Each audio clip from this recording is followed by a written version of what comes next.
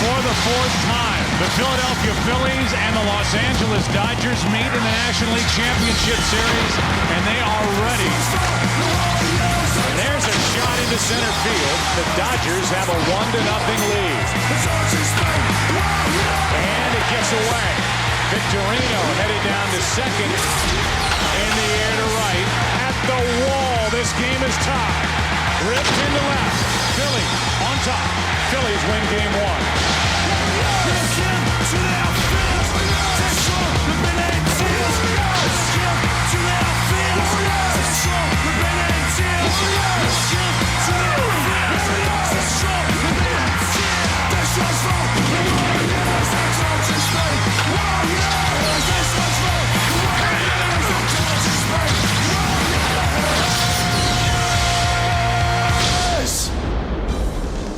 Welcome to the Chevy pregame show on Fox. Chevy, an American revolution. 15 years they've waited, 15 long years since these fans have had a taste of a championship series, and now they are 1/4 of the way to the Fall Classic, so you can kind of understand the excitement, and you can expect the unexpected. Chase Utley, Pat Burrell, the guys without the MVP credentials to steal the spotlight. They were the story in Game 1 last night, but we all know Manny lies in wait. He is one pitch, one Phillies mistake from turning this series upside down, heading back to Los Angeles. As we welcome you inside the Fox Network Center, I'm Jeannie Zalasko, along with former big league manager Kevin Kennedy, Jeannie. Former big leaguer Mark Grace. The great one. Former big leaguer. The great one. Everybody's former. Like that. Former first Game 1 as well, we're going to talk about. For all the stats and the breakdowns that were circulating on this desk in the coffee room before Game 1, when you get to the postseason, you get the win. That's about capitalizing on that one mistake, or as you like to call it, the momentum. Yeah, as a manager, I always felt there's 2 to 3 momentum switches in every game. The Dodgers got the first one by Manny hitting the double and scoring a run. Lowe put up 4 good innings. But in the 5th inning, the momentum started to shift Philly way. Even though Lowe got through that inning, after the first 2 outs in the 5th, the 8-9 hitters got on base. Ruiz had a nice base hit, the catcher. Yeah. He's on second base after Hamels, the catcher, pitcher, right. got a hit. And then Lowe started worrying about location and signs. Sign stealing is part of the game, and I think he was worried about Ruiz giving signs to Jimmy Rollins, who had a 3-2 count, good at bat, and hit one of the warning track for the out. And he got through that inning, but in the next inning, problems started. The momentum strictly went Philadelphia's way. Yeah, and as a player in the opposing dugout, you start to see when the pitcher's starting to lose his focus, he's starting to lose his composure out there. You start yelling, hey, this guy's starting to lose it out there. You can sense it, and the Phillies jumped right on it the next inning, as you said. All right, you guys talked about it. What do you say we see it? Let's do it. All right, here's the video. Derek Lowe, I mean, he was pitching well. The sinker was working early, but, you know, he's getting around to the 3rd time around the lineup. Here's the base hits I'm talking about with Ruiz and Hamels. There's the 3-2 pitch in the 5th to Jimmy Rollins. And watch the emotion Derek shows getting out of that because he was feeling, you know, I feel it going the other way. 6th inning for call, for bad error right there. Loney's got to come off the bag, too. He rushed the throw on Victorino. He still had plenty of time, even though with the great speed. Loney's got to make that play and just keep the ball from being a 2-base error. Then a first pitch sinker right there. Utley hasn't swung at the first pitch off Derek Lowe all season long. He did there. 2-run home run to tie it. And then Pat Burrell, Mark, right here. Yeah, that was the big momentum changer, obviously, the top or the bottom half of this inning. But then it was up to Cole Hamels to keep that momentum, and that's exactly what he had his most dominating inning of the evening the very next half inning. He dominated through Ethier, then he went right through Jeff Kent. He kept the momentum, and then this place lost his mind. The fans, yes. Exactly. Then you hand it over to Brad Lidge. It's been all over, lights out. He's been the best in the business, and the Phillies never looked back after this. And this is not the Chicago Cubs, guys. This is not a stadium that goes silent when you fall behind by a couple runs. Yeah. This is not a team that will quit when you fall behind by a couple runs. These are the Phillies. They play in Philadelphia. It's going to be a tough one. All right, we're watching Derek Lowe last night. We're seeing him start to sweat a little bit. You've seen him all season. Joe Torre knows his guy. It's the postseason. Shouldn't you have a quicker trigger finger? Well, I think you have to think about it in the 5th inning to get somebody ready in the 6th inning behind Derek Lowe, because clearly he was fidgety out there. The sinker was not sinking as well. It was up a little bit. Derek Lowe has hit the wall sometimes at the 100-pitch mark, 95. He was getting close to that. So I would have thought Hanshi Kwo would have been up because the lefties were coming around the lineup for the 3rd time, and I'm talking about Ryan Howard and Chase Utley. Chase Utley is the Dodger Derek Lowe killer. He's hit 371 this year against them, the team this year, and he's hit over 400 against Derek Lowe lifetime. He was locked in on him, even though he struck him out the time before. I would have thought about Hanshi Kwo right then and there after the error, because clearly he was losing his momentum and his edge. Heartbreaking loss. How long were the players thinking about it? Well, the last thing as a player that you want is for your manager to come in and give a big, long speech. All Joe Torre needed to do from a player's point of view is just come in and say, you know what, guys, you played as hard as you could for me. You gave me every ounce of your heart and soul. You continue to do that for the rest of this series. We're going to be victorious. Yeah, it is a 7-game series, and we'll move on to Game 2. And for more on Game 2 of the NLCS, we go to Joe Buck in Philadelphia. All right, Jeannie, it is an absolutely perfect day here weather-wise in Philadelphia. Game number 2 here this afternoon, 75 degrees. So they're all excited about the second game of this NLCS coming up in just moments. I'm Joe Buck. We look back to last night and what was a Philadelphia 3-2 win. So that means that the Dodgers now are trying to get a win here today, have a split before the series shifts to Los Angeles. Who do they turn to in their rotation? Well, Joe Torre has called him their horse. Chad Billingsley led this rotation in victories with 16. One of his 10 losses, however, came here toward the end of August in Philadelphia, a team 5-0 loss to the Phillies. A sad bit of news is Charlie Manuel this morning learned of the passing of his mother, June. She died at the age of 87. Funeral arrangements are pending, as is the travel schedule of Charlie Manuel at this point. At his familiar perch, watching his team take batting practice in preparation for Game 2 coming up in just moments. 75 degrees, 10th of October. Great day. Jeannie, back to you. Yeah, almost perfect. A tough day, though, for Mr. Manuel. Certainly our thoughts and prayers going out to Charlie, his family, and the Phillies. We are just getting started on the Chevy pregame show. Coming up, he called out the Phillies fans, and he lived to tell about it. We'll get to know Jimmy Rollins. Plus, we're going to find out who the guys like in the ALCS, the defending champion Red Sox or the Cinderella Tampa Bay Rays. October baseball has delivered everything you've ever wished for and then some. How about last night? Phillies fans got everything they wished for in that unforgettable 6th inning. Chase Utley with the 2-run game-tying shot, and then Pat Burrell with the go-ahead solo shot off Dirk Lowe to put Philadelphia up for good. Will Phillies fans continue to see moments they've always wished for? We will soon find out. Brought to you by Traverse, the all-new crossover from Chevy. It's everything you've ever wished for and then some. Welcome back to the Chevy pregame show on Fox. Chevy, an American revolution. Last night, Chevrolet player of the game. Of course, Phillies starter Cole Hamels. His performance was everything Phillies fans wish for and then some. Go to worldseries.com/Chevy Traverse for a look at the all-new Chevy Traverse and a chance to win a very special trip to the 2009 All-Star Game. Of course, during this year's Midsummer Classic, no one had any idea Casey Blake would be sporting Dodger blue before the summer was out. Blake may not be getting the headlines or have the hair of Manny, but this trade deadline deal is also a large part of why L.A. is back on the map. Jimmy Rollins, never far from the spotlight. He sure got a lot of it when he called Philly fans front-runners earlier this season. The reigning NL MVP clearly has no fear. Let's get to know a little bit more about the man they call J-Roll.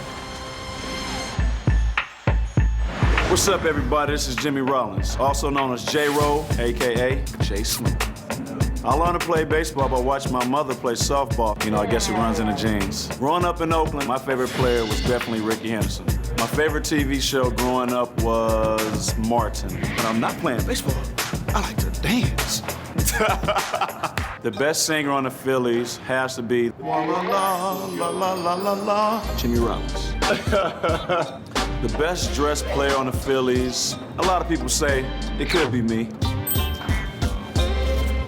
Now that's getting to know Jimmy Rollins. That look good on camera. Well, Jay is definitely going to have to get on a roll for the Phillies to be successful. Yes, I just went there. How'd you think of that one? And also his MVP buddy, and that would be Ryan Howard. He's going to have to get it going, too.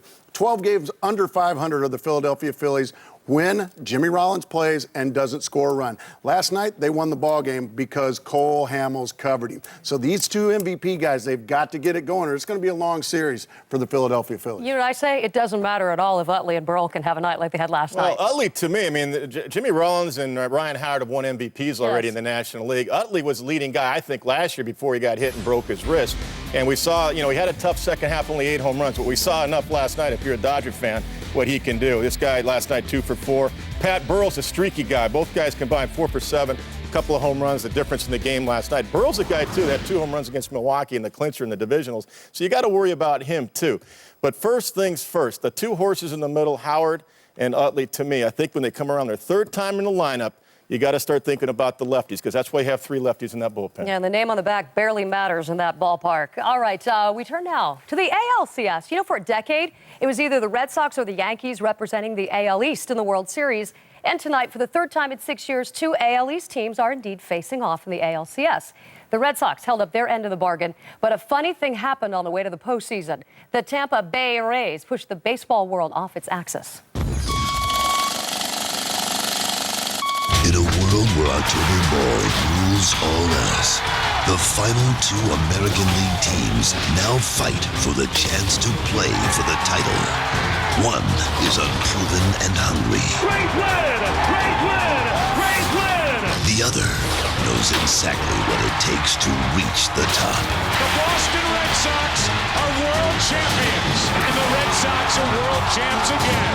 From the depths of the league to the top of their division, the Rays have a story even Hollywood couldn't write. The Rays are going to the American League Championship Series. Their young heroes are Aki, Deanna, BJ, Carlos, and they're all led by a star in the making. McCarver has done it again.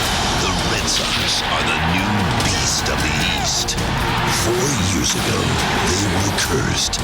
Now they're a nation on the brink of becoming a dynasty. Big Papi, Uke, the MVP, the new guy, and of course, the closer. Division rivals in a fight to the finish. Can the Rays add another chapter to their storybook season? Or will the Red Sox show why they are the defending champs? The battle starts tonight. There is life after Manny. The ALCS begins tonight on TBS. It's Daisuke Matsuzaka versus James Shields. Now, they had the worst record in baseball in 2007.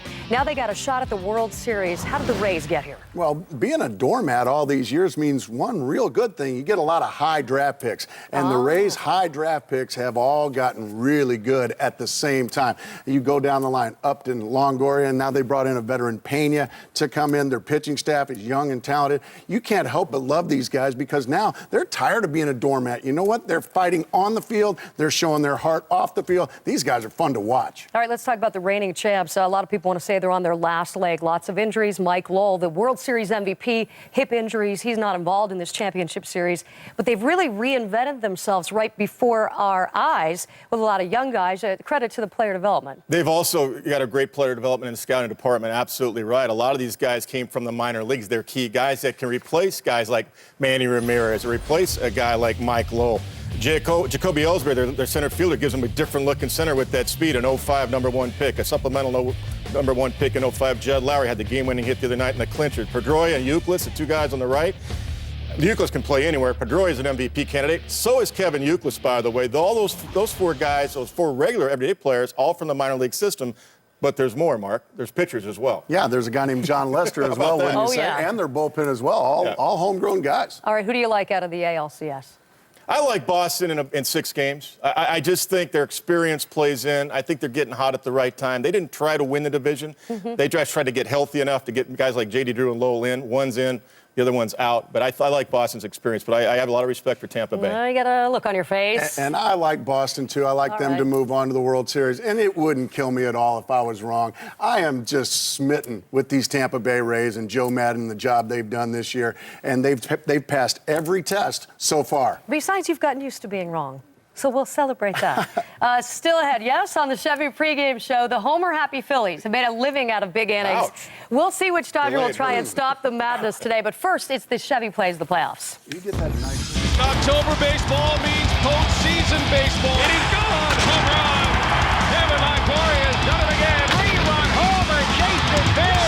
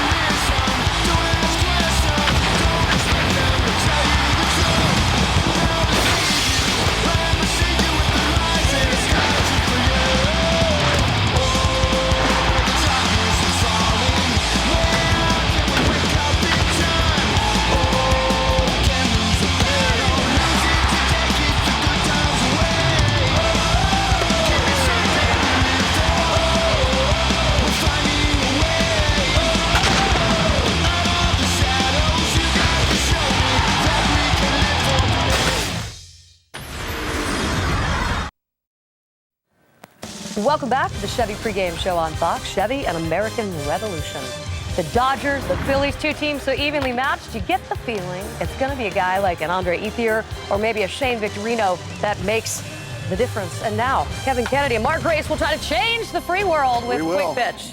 No stock tips, I know that. All right, Kevin, should the first round of the playoffs be a best-of-7 series? Absolutely, without a doubt, best-of-7. You play 162, you should have the right to be best-of-7 in the first round. All right, Brad Litch, 3 for 3 in save opportunities this postseason. Will Litch blow his first save of the season in this series? No, he will not. All right, that was simple. Kevin, will instant replay have an impact on the rest of the playoffs? I don't think a major impact, no. With 6 umpires, I don't think so. Will the Chicago Cubs have to wait another 100 years to win the World Series? I don't think so. They're too talented, and now they actually they got the payroll jacked up. I wish they did that when I was there. I say yeah. Oh, no, it's not mine. It's not yours, but they've got that 3-and-out thing down. Will there be another brawl in the ALCS between Tampa Bay and Boston? No, they're focused on winning, not fighting. I want a brawl. You want a brawl. All right. Jason Bay hitting .412 with 2 home runs, 5 RBI in 4 playoff games. You know where I'm going. Manny Ramirez hitting .500, 2 home runs, 4 RBI in 4 playoff games. Who will have a better postseason the rest of the way? Manny Ramirez, just because he's Manny Ramirez, and Jason Bay, he's got a little more help in the lineup. All right, Kevin. Ryan Howard led the majors with 48 home runs in the regular season, but hitting .133 through 5 playoff games. Will he hit a home run today? No, not off of Billingsley, but he'll hit a home run in this series. Will he get one out of the infield today? He scares me because he has slumped so far. He's scary. Okay, he can square one up at any time. We're moving on to the very last question. Pat Burrell, the final year of his contract with the Phillies. Not only did he hit the game-winning home run last night, he's leading all Phillies regulars in batting, home runs, RBI in the playoffs. Should Philadelphia re-sign him? It's been such a fun ride, hasn't it? Pat the Bat he's a big name in Philadelphia. Wherever he goes, he's going to get paid because sluggers get paid anymore. He should be in Philly. Should be in Philly. All right. We're going to go now take a live peek at the ballpark in Philly. You know, we're roughly, 17 hours removed from the final out of Game 1. The Dodgers are back for the challenge. Can they steal Game 2 and head back to L.A. all even? Well, the Dodgers are going to send a man to the mound today who lost just one of his final 12 starts during the regular season. Of course, that lone defeat came right here. Chad Billingsley can ponder that thought as he goes to work today against Brett Myers. And that Brett Myers is the guy Joe Torre calls a 100-mile-per-hour guy. Not his velocity mark, but his aggressiveness. Yeah, he's a very emotional guy on the mound. He got sent to the minors earlier this year, guys, because, well, he just wasn't getting it done. He was getting bombed. Yeah, he had an ERA near 6. He wanted to be a closer, but you know what? Brad Lidge is now the closer, so he realized, you know what? If I'm going to help this Philadelphia Philly organization, it's going to have to be as a starter. So he came back after a stint in the minor leagues. He's been terrific ever since, an ERA near 3. Yeah, and, you know, first inning's been tough for him. It was in the divisionals. It's tough for Chad Billingsley. That's the key for him. This is the guy that has the best stuff on the staff. He is a #1 pitcher as far as pure stuff, maybe not as far as the start, as we saw last night. Derek Lowe got that because he's a veteran experience. But this guy throws 97 miles an hour. He's got a hook off the table. He's got a tight slider and a good changeup. But his issue historically has been walks. He's got to minimize the pitch count, especially in the first inning. He gets through that, gets relaxed. He could sail for a few innings. A little bit of story in the first inning. All right, a lineup change. We have Andre Ethier hitting behind Manny Ramirez. Expected? Expected, because that's the same lineup that they use against the Cubs' 3 right-handers. He likes Martin in the 2 spot, little hit-and-run situation with a lefty behind against the right-handed pitcher. Lefty behind Manny, that is. All right, gentlemen, first pitch just minutes away. We'll get you post-game. Joe Buck, Tim McCarver, Ken Rosenthal, Chris Myers. We've got you covered from here. It's Game 2 of the National League Championship Series next on Fox.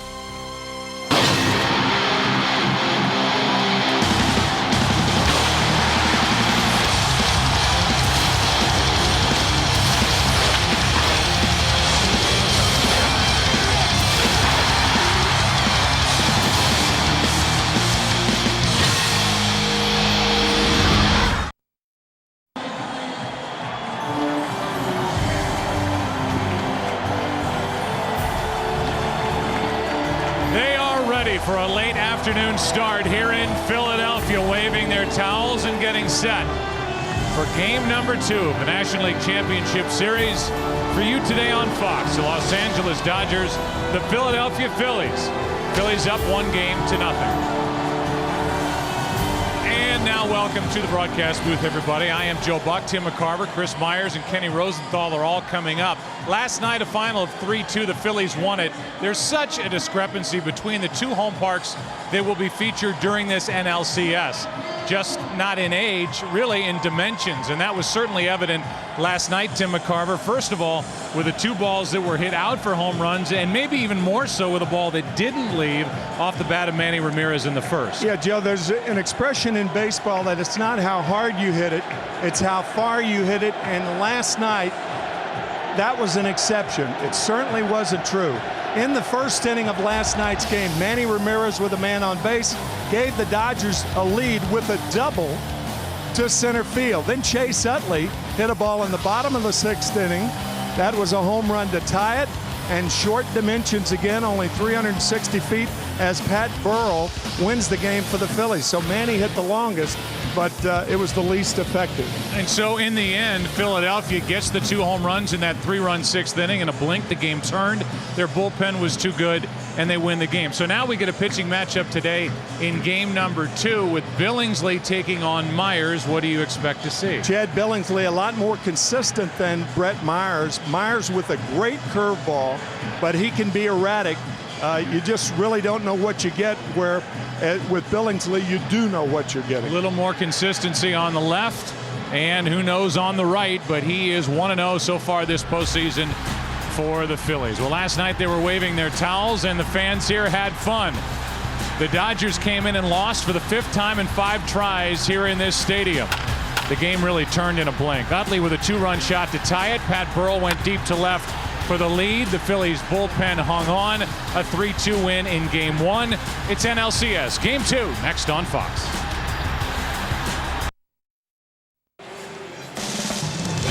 Today's game on Fox is sponsored by Avidart, by Bridgestone. For drivers who want to get the most out of their cars, it's Bridgestone or nothing.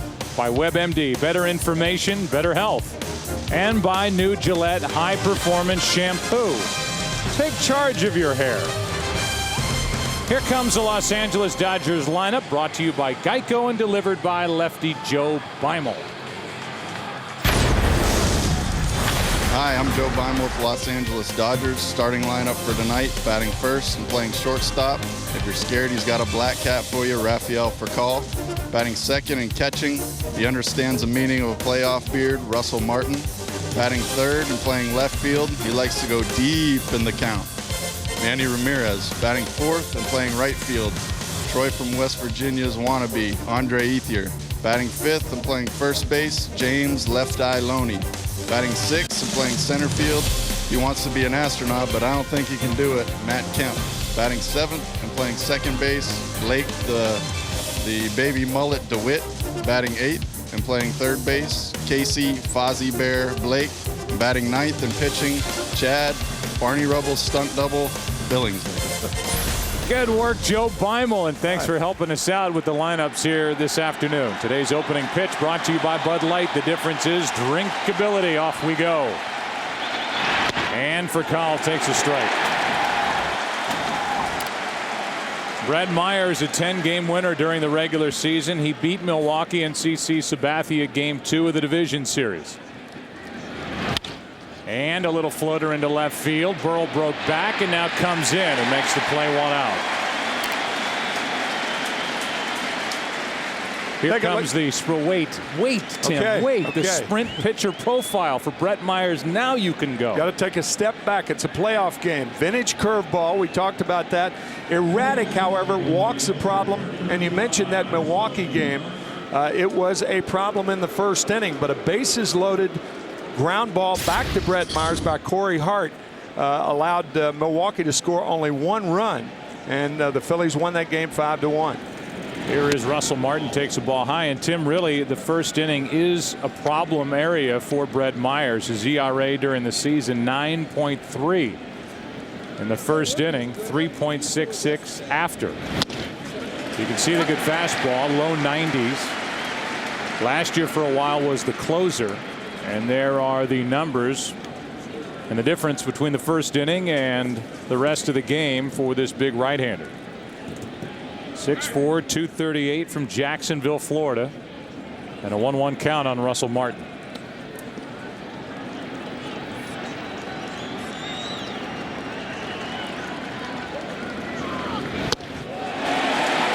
Breaking ball has Martin flinching, and that's strike 2. You wonder if the shadows and that background for the hitter looking out at the pitcher and dealing with sunlight out in center will have something to do with the early offense in this game.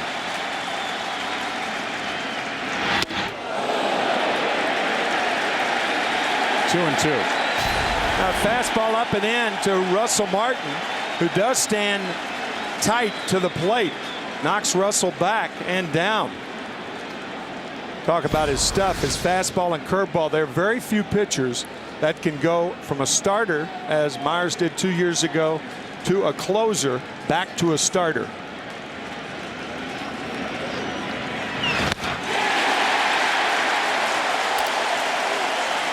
Two out here in the first inning as Martin goes down swinging, and the bases are empty with Manny Ramirez coming up. Geico brings you the defense for Philadelphia, and the only change from last night with the position players is that Greg Dobbs gets the start at third base. Not as good defensively as Pedro Feliz, who got the start in game 1, but better with the bat. Here is Ramirez, who last night 2 for 4 with an RBI double in the first. It almost shot out of here. And it looks like Brett Myers is determined to show these Dodgers he will pitch inside and off the plate. Well, that's what the Phillies are going to do with Manny Ramirez. Try to pitch him in. Last night Cole Hamels tried that, but the second pitch right down the pipe, and Ramirez put the Dodgers on top. Oh, how about that? I mean, that wasn't even close. That gets the attention of Joe Torre. That ball was 2 feet behind him. Brett Myers looked at his hand after that. You don't see major league pitchers trying to throw a strike or hit the strike zone, throw one that far behind the hitter. Man.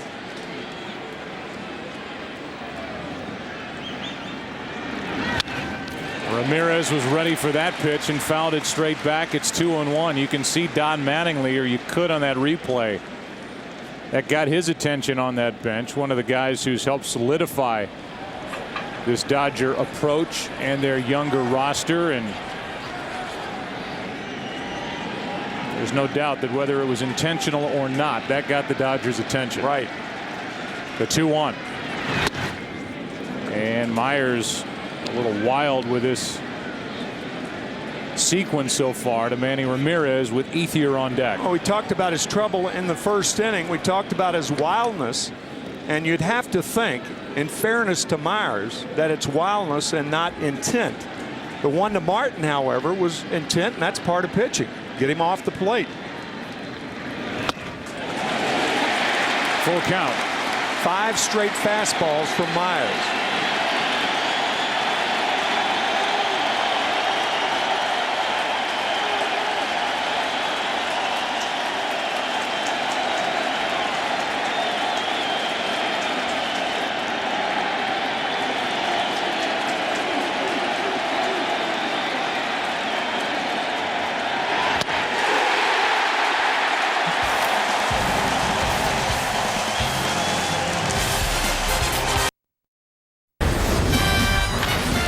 A unique look at the Geico starting lineup for the Phillies. Pantomimed by the Fanatic, the best mascot in the game. First, little Jimmy Rollins, then that's for the Hawaiian Shane Victorino, and now Chase Utley. What does he have for Ryan Howard hitting cleanup?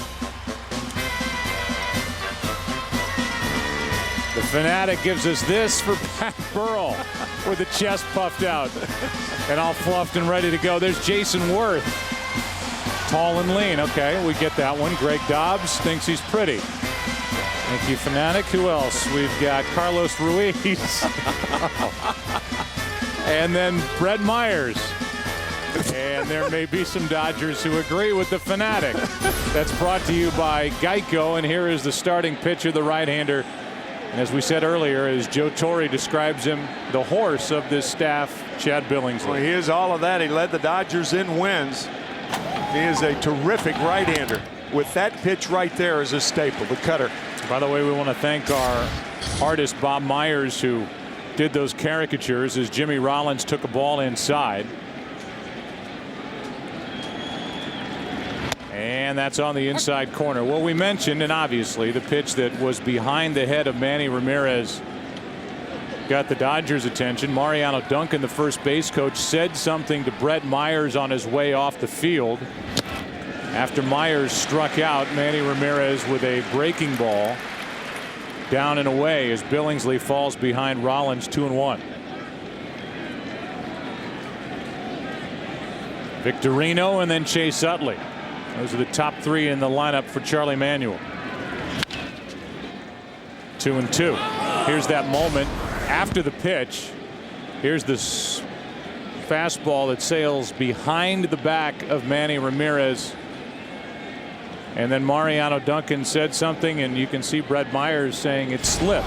Why tell him that? Good start for Billingsley as he strikes out Rollins to begin the bottom of the first. Yeah, but I mean, if you say it slipped, you lose the edge. Why tell the other team it slipped? So with one out, nobody on, here is Victorino. Shane last night did not have a hit. Lines one to right here, and a nice play by Ethier for out number 2. But it was Victorino who started that 3-run rally in the 6th inning and added to it good base running. Today's game on Fox is sponsored by Taco Bell. Think outside the bun, and by Geico. 15 minutes could save you 15% or more on car insurance. 2 relatively quick outs for Billingsley, and part of the Phillies' approach today, as Utley stands in, is to make Billingsley work. Try and make him throw a lot of pitches here to pick up outs as he goes through the first handful of innings, as with 2 out, he misses low.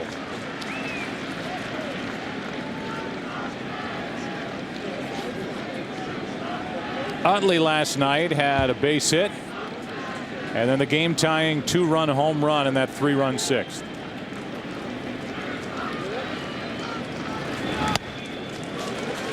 (2-0). Utley has been hit 52 times over the last 2 seasons, and one of the reasons for that, he stands so close to the plate with that combination of the cutter from Billingsley and Utley standing so close to the plate. A lot of times with 2 strikes, pitchers try to come inside and plunk chase. He broke his wrist a couple of years ago as a result. 3-0 is the count with Ryan Howard on deck. Utley will hit 3-0. One of the few Phillies hitters who hit 3-0. 3-1.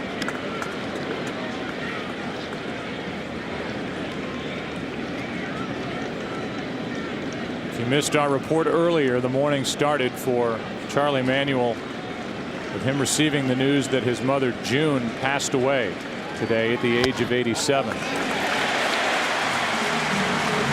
So no doubt his mind has got to be wandering from time to time and managing with a heavy heart here today as he watches Utley take a 2-out walk and Ryan Howard stride to the plate.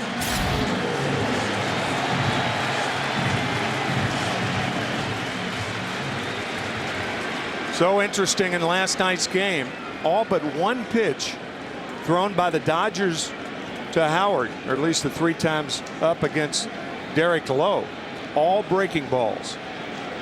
So we'll see how Billingsley goes at it. A breaking ball to start, strike 1 on Howard.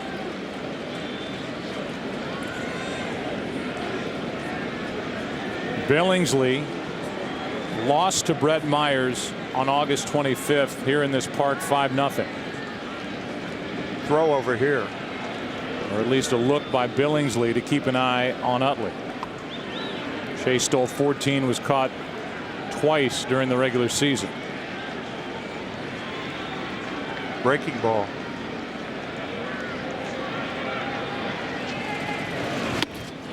And another strike. pretty clear that the Dodgers are facing Howard, who is 4 for his last 40. The last 11 games against Los Angeles pitching, they do not want to throw him a fastball. That's pretty evident.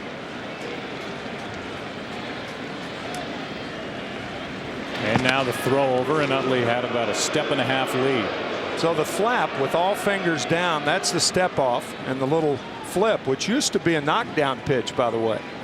When a catcher gave the pitcher the thumb, that was the sign to knock a hitter down. Too many high definition cameras in the world for that. That's true. Another breaking ball. And blocked by Russell Martin. Billingsley started the season as the 5th starter. According to Joe Torre, he had a little leg issue, and Joe says that Billingsley uses the lower half of his body as much as any pitcher on his staff, gets a lot of drive toward home plate. Then once the end of April came and went, Billingsley took off. ERA of 2.7, 4th best in baseball since the end of April. That's who the Dodgers are turning to today to try to get a split here in Philadelphia.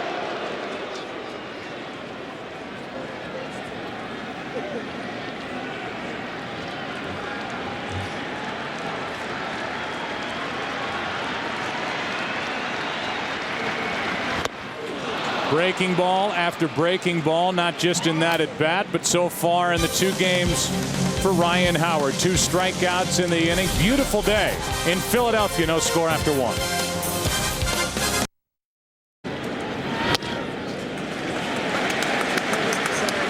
It's the 2nd inning, and it's Andre Ethier leading off. A perfect first for Brett Myers with 2 strikeouts mixed in.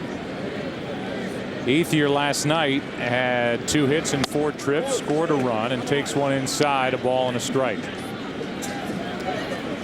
Ethier, then Loney, then Kemp.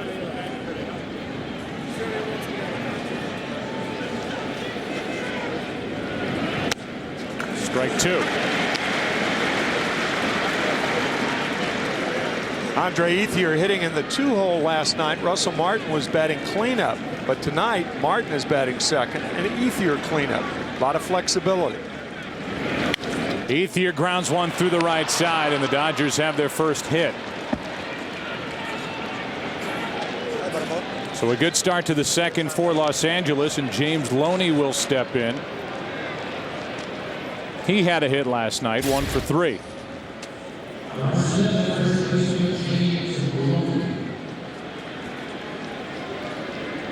There are the numbers overall in the postseason for Loney. That home run was a big one in Game 1 at Chicago, the grand slam, to help account for the majority of his 6 RBIs.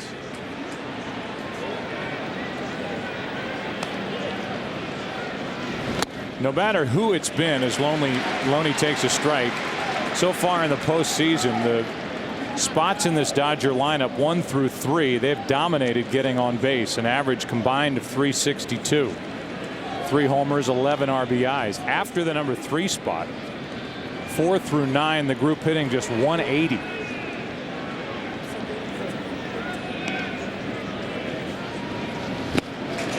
Loney's been a part of that, and he's in the hole here 0-2.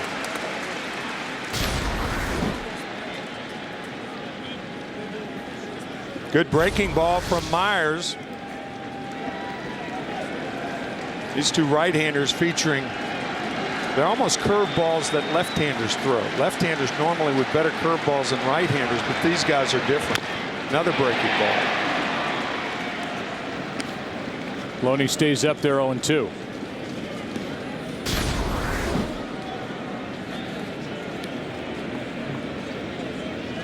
Off the right foot. But not much of a flinch after he hobbled out of the box for a moment. Joe, I guess I say that because we know Sandy Koufax is in the house. Yeah, the Dodgers brought out a big gun here to root him on. Sandy Koufax, who pitched from 1955 to 1966, Hall of Famer. Where does he rank on the guys you faced? If there is such a thing as royalty in baseball, you're looking at him. Best curveball I've ever seen, Sandy Koufax. Everybody talks about his velocity, but it was his curve that stood out.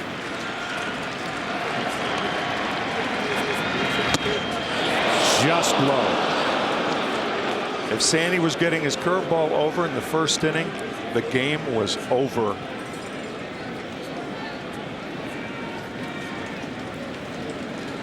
One ball, two strikes on Loney.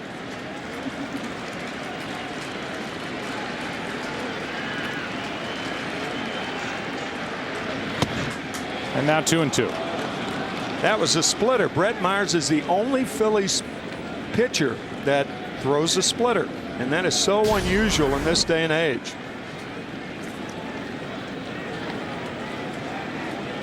Darting out of the strike zone. Ethier, a leadoff hit, and Loney stays in there at 2-2.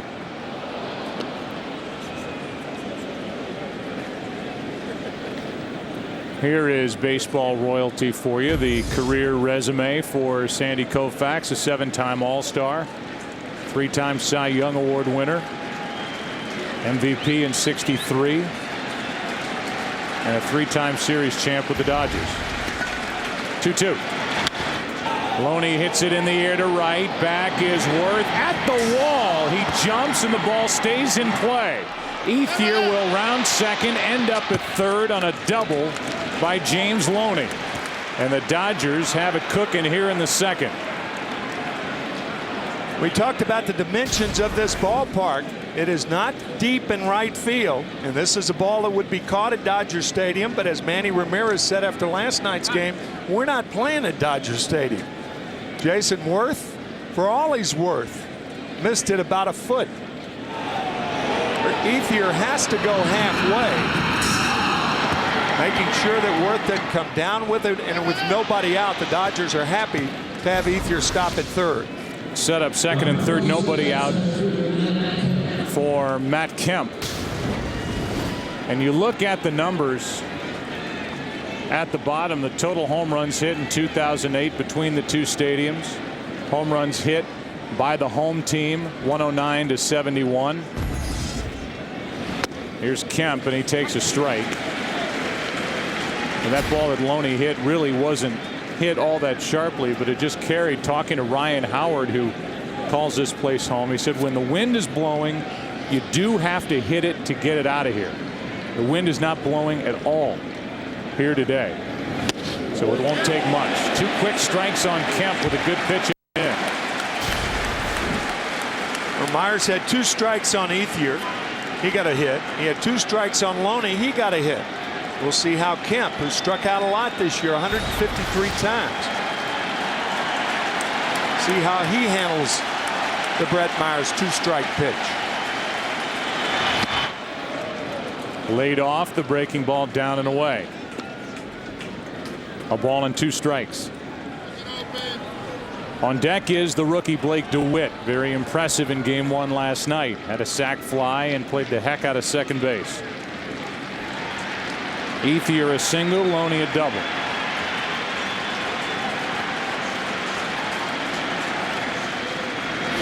And a big strikeout from Myers, 1 away.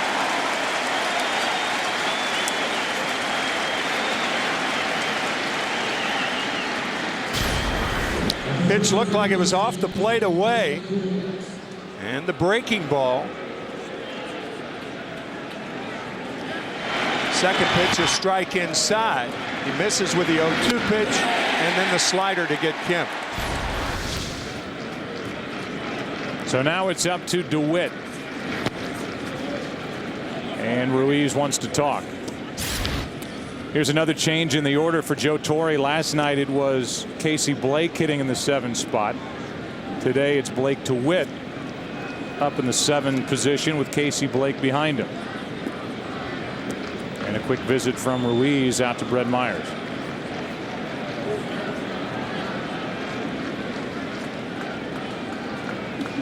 For the game, Joe Torre compared Blake DeWitt to Mike Lowell, who has always been one of our favorites for the way he plays the game. Injured with that torn labrum in his hip for the Red Sox.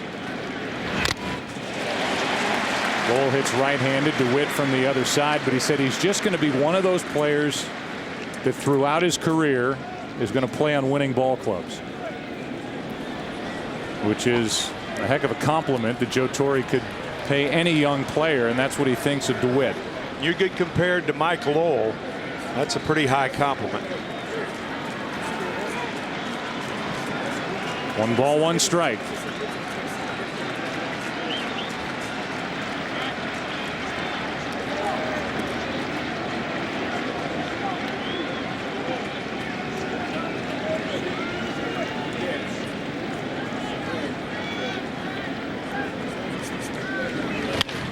To the right side, a run will score, and the out at first.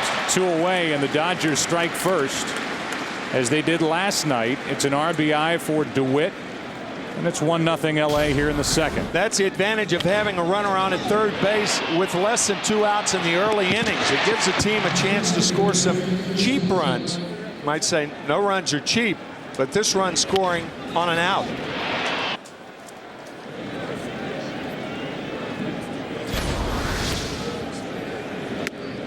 So now Casey Blake, with first and second base open, will draw the intentional pass, and it will be left up to the pitcher Billingsley, who had 6 hits in 63 at bats during the regular season.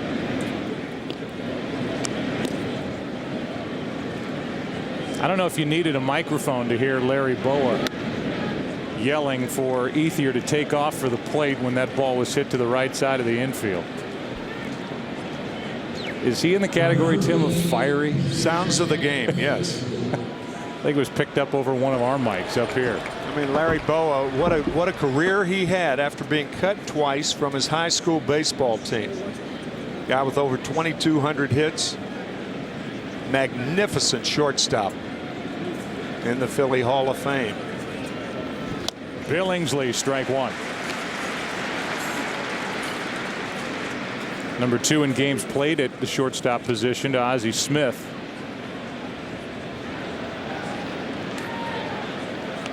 Here's the 0-1. Billingsley hits it well to right. Worth is back and on the move, makes the catch. Pretty well hit by Chad Billingsley, but the out to end the inning. A run on 2 hits. 1 left, make it 2. 1-0 LA into the bottom of the second in Philadelphia. Here is the Sprint pitcher profile for the right-hander Chad Billingsley. 2 ultra-competitive right-handers and a cutter to right-handed batters. Also, we've seen it to left-handers, and what a cutter is a slider. In fact, Joe Torre saying tonight that his cutter is most pitchers' slider. Pat Burrell leads it off. He had the difference-making swing last night with the home run, his 3rd of this postseason.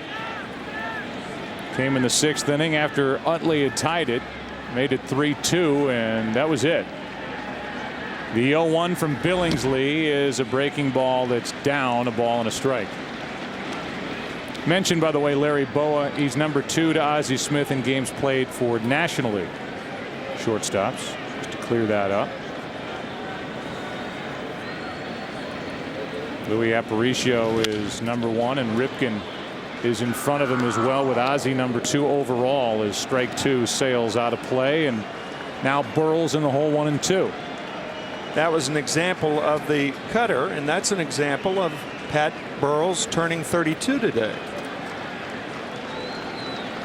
And the free agent to be waits for a 1-2 and takes strike 3. 90-mile-an-hour fastball, and strikeout number 3 for Billingsley. So the Geico defense for the Dodgers. Percal is out at short, and he made that throwing error last night in the 6th inning, which started the scoring on a ball hit by Victorino.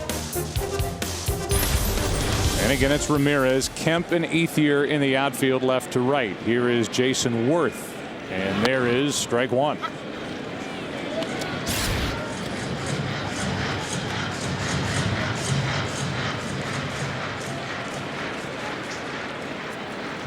Worth 5 for 19 in this postseason. Fouls it back, strike 2. Billingsley won game 2 of the division series at Wrigley 10-3. He went 6 2/3, allowed 1 run on 5 hits. Struck out 7 and walked only 1. good breaking ball and back-to-back strikeouts for Billingsley, who's got his good stuff with him here today. Today's game on Fox sponsored by Bud Light. The difference is drinkability. They help bring you NLCS action from Philadelphia, and they will when the series shifts to Los Angeles after a travel day tomorrow. Game 3 is on Sunday. Here's Greg Dobbs. General manager of the Phillies, Pat Gillick, was the general manager of the Seattle Mariners for a long time, and Greg Dobbs was in the minor league system. And when Gillick came here as the GM, that was one guy he wanted, and has he ever paid dividends for the Phillies? You mentioned it last night with all of the pinch hits. He had 22 during the regular season, which is a franchise record for the Phillies. And overall, he hit .301 with 9 homers and 40 RBIs. So he is a valuable weapon off the bench or in the lineup for Charlie Manuel. And there is Pat Gillick, who has led 4 different organizations into the postseason in his 3rd and final year here with the Philadelphia Phillies. And Dobbs breaks his bat for Kyle Kent, make a play, and that's the first hit of the afternoon for Philadelphia.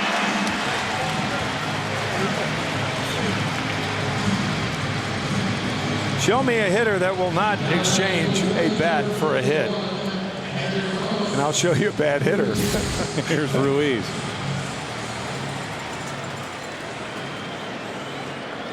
Ruiz last night had 2 hits.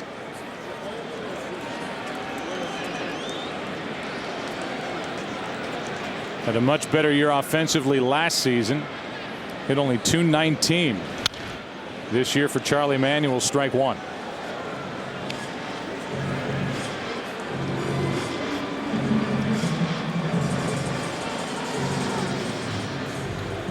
Brett Myers, who by his own admission is not a good hitter, but does have one very good at bat this postseason, waits to hit next.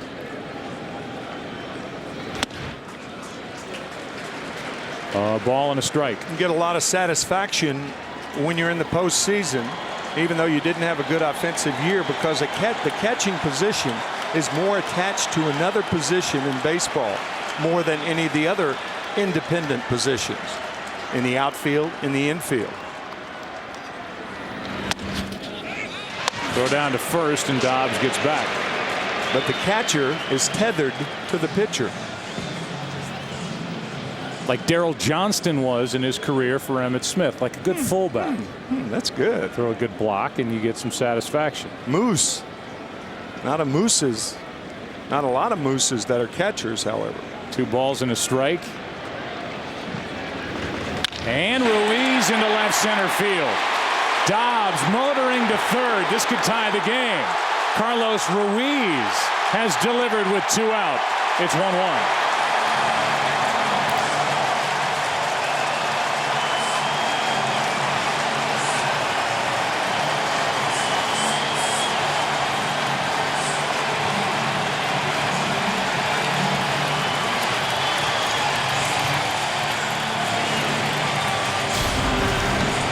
Phillies striking with 2 outs. They hit by Dobbs, and now Ruiz finds a gap to score Dobbs.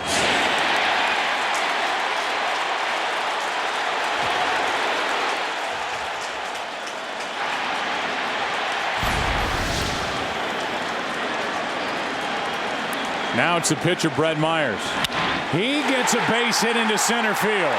Here comes Ruiz. Phillies lead it 2-1.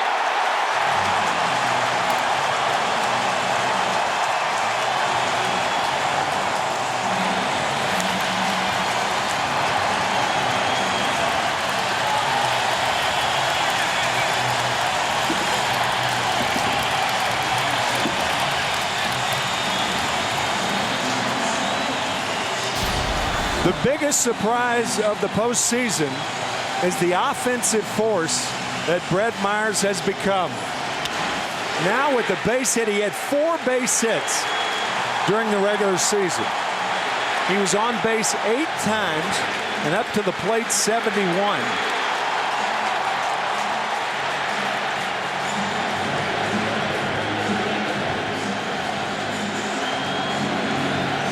Brett Myers in his press conference yesterday brought a bat with him into the interview room just to kind of play with the whole notion of him with a bat in his hands and having that good at bat, which eventually led to the grand slam by Victorino in Game 2 of the division series. And here he is, first pitch hunting and getting a base hit to give the Phillies a lead with a 2-out knock in the second. Here's Jimmy Rollins. Yeah, he brought a bat with him the last time to the plate and used it against Billingsley. Rollins could make this a huge inning as he takes a strike. Jimmy has one postseason home run this year. Went deep 11 times during the regular season. And it would take a lot to chase home Brett Myers from first. Up the middle. DeWitt can't get to it. Myers will turn and go to third. It's kicked by Kemp in center, and Rollins ends up at second.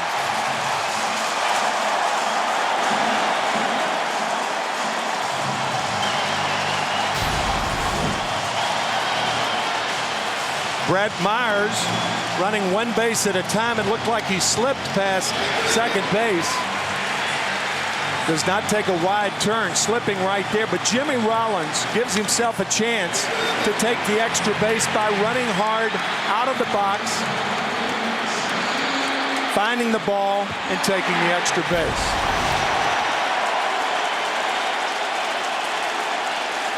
And now Victorino digs in. Brett Myers was telling his third base coach, Steve Smith, he couldn't hear what he was just telling him, because it is that loud here in this stadium in Philly. With 2 out, ball 1.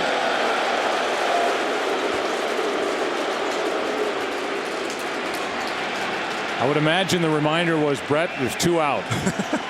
If Victorino hits it, run. Right. Can't hear you. It's 2 out, Brett.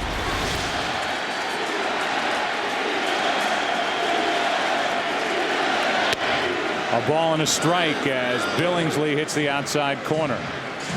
And that play, it's a single E8 on the ball hit by Rollins up the middle. An error for Kemp, who made only 3 all season.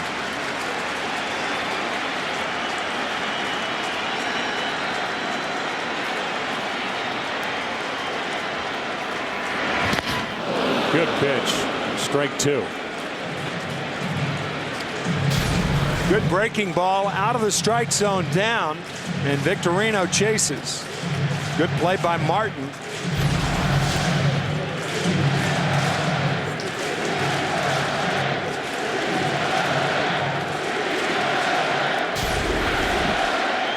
Rather important error in center field by Kemp.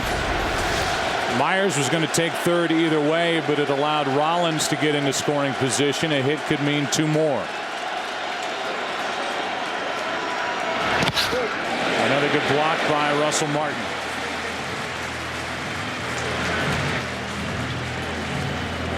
Here's where Billingsley, the 24-year-old right-hander, has to step up, make a good pitch, and get an out.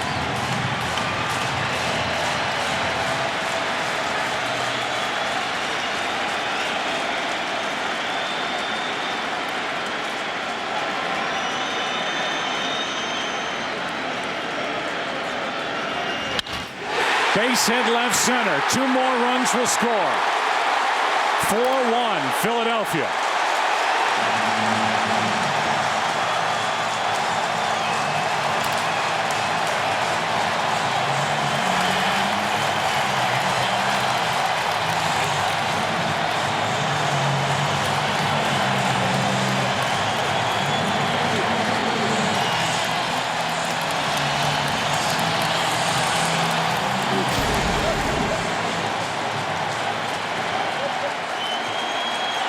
The key at bat in this inning, obviously, was Brett Myers. 4 runs scored after the first 2 hitters made 2 quick outs.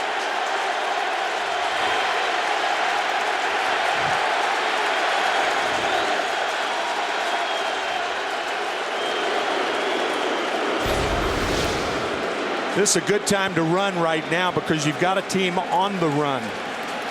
Whenever there's confusion defensively, take off.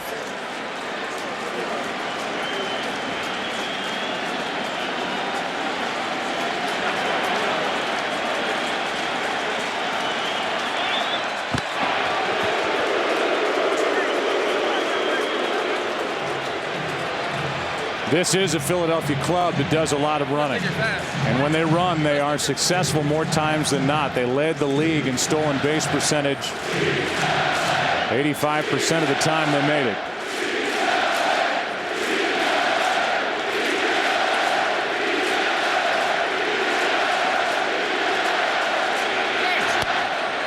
That pitch did not count. Time was granted prior to the delivery to Chase Utley.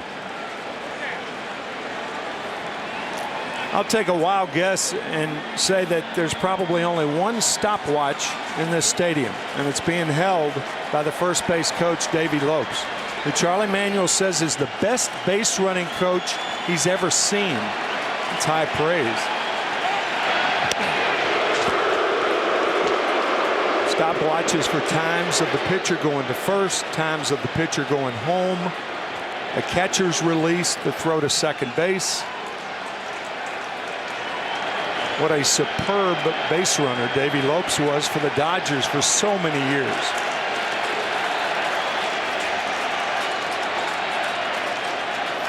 A start and stop by Victorino.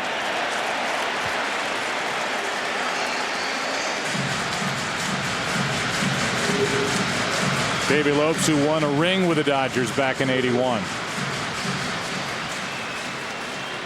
And the running game, and it is a running attack for the Phillies, is directed by Davey Lopes.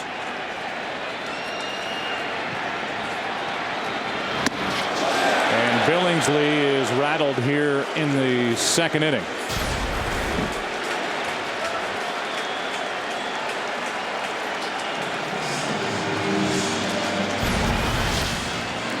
When they have come in bunches for the Philadelphia Phillies so far this postseason. The odd part about this inning is that there hasn't been a home run mixed in. The other 29 innings at the bottom, 2 home runs for the 2 runs. Otherwise, you see the 4 big innings prior to this one here.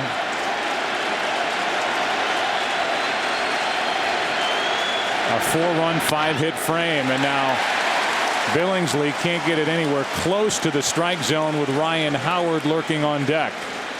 It's 3-0. And they have made Billingsley work. This is the 26th pitch coming from Billingsley this inning.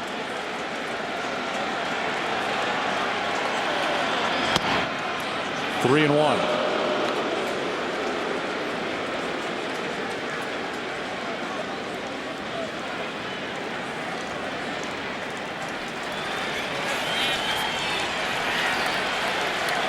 First 2 hitters in this frame struck out. Then Dobbs broke his bat, got a base hit. RBI double by Ruiz, RBI single by Myers, a hit by Rollins, and a 2-run single by Victorino, and now a full count on Utley.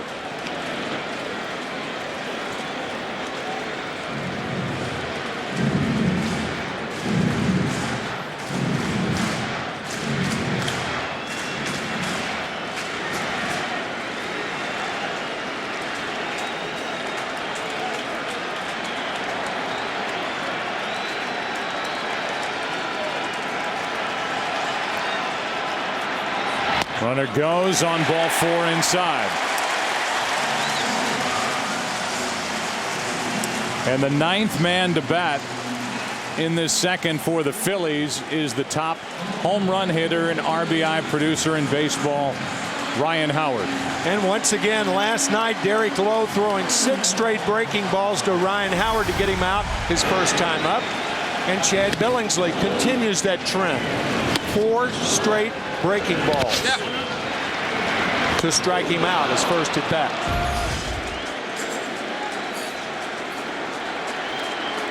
Runners on at first and second, 2 out, 4 runs home for Philadelphia. And another breaking ball, another strike.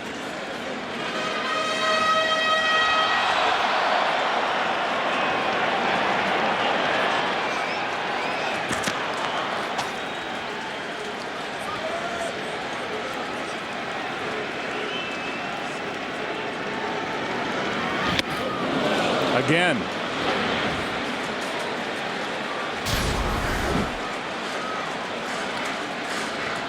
They're not even keeping him honest by showing him a fastball. Nope.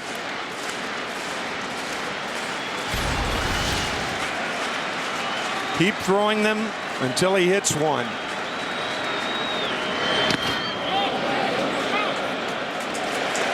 A check swing, and Howard stays up there 1-2. That was close. But he held back.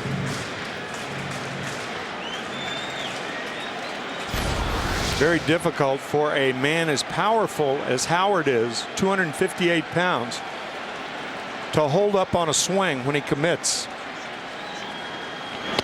On the outside corner, and a long inning is over as Howard strikes out for the second time to end an 18-minute half inning. The Phillies kept that line moving. 4 runs, 5 hits, and a 4-1 lead after 2.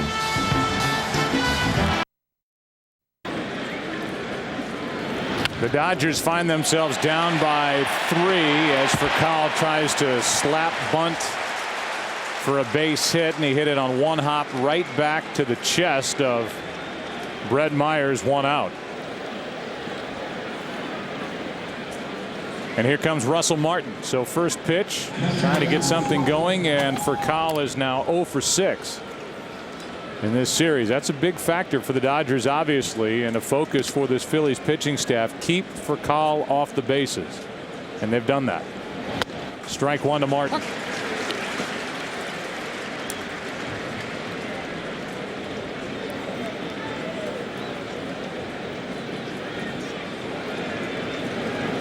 Not only was Brett Myers for a while the closer last year in 2007, he was sent to the minor leagues during the course of the 2008 regular season, trying to get his stuff in order. In his 17 starts before he went to the minors in July, he was there from the 2nd to the 21st. Before that, he was 3-9 with an ERA of 5.84. After that, 14 starts when he came back, 8-4 with an ERA just over 3. And those numbers are inflated with his last 2 starts, which were not good at all against the Marlins and the Braves. Here is a 3-1 pitch, and Martin hits it off the end of the bat. I'm sure Ken Rosenthal, Brett Myers was shocked to find himself back in the minor leagues this year. He was, but Joe, he said that basically he had to relearn what it was like to be a starting pitcher. As a closer, he threw 95 to 98. He admitted he tried to strike every hitter out. He admitted that he liked it. As a starter, he's more 88 to 91 with his fastball. And has Martin to pitch more to contact. Take a walk. So a 1-out walk to Russell Martin. And here comes Manny Ramirez.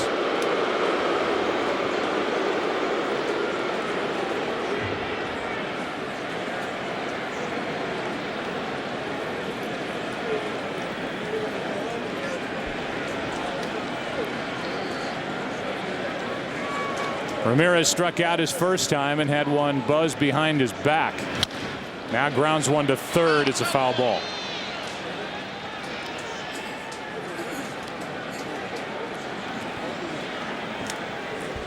We talked to Joe Torre before this game, and I wanted to run it by him. We talked about the personality change that Manny Ramirez brought here to this Dodgers team. To a man, they'll tell you inside the room that he's taken the pressure off. He's become the focal point. Kind of that happy-go-lucky attitude that he changed to when he put on a Dodger uniform has become infectious. And it's in a game like this, after a loss last night in Game 1, that whether it's Manny Ramirez or Rafael Furcal, Joe Torre believed that they would get this Dodger team thinking the right way here today. As Ramirez pops it up. Utley puts it away, 2 out.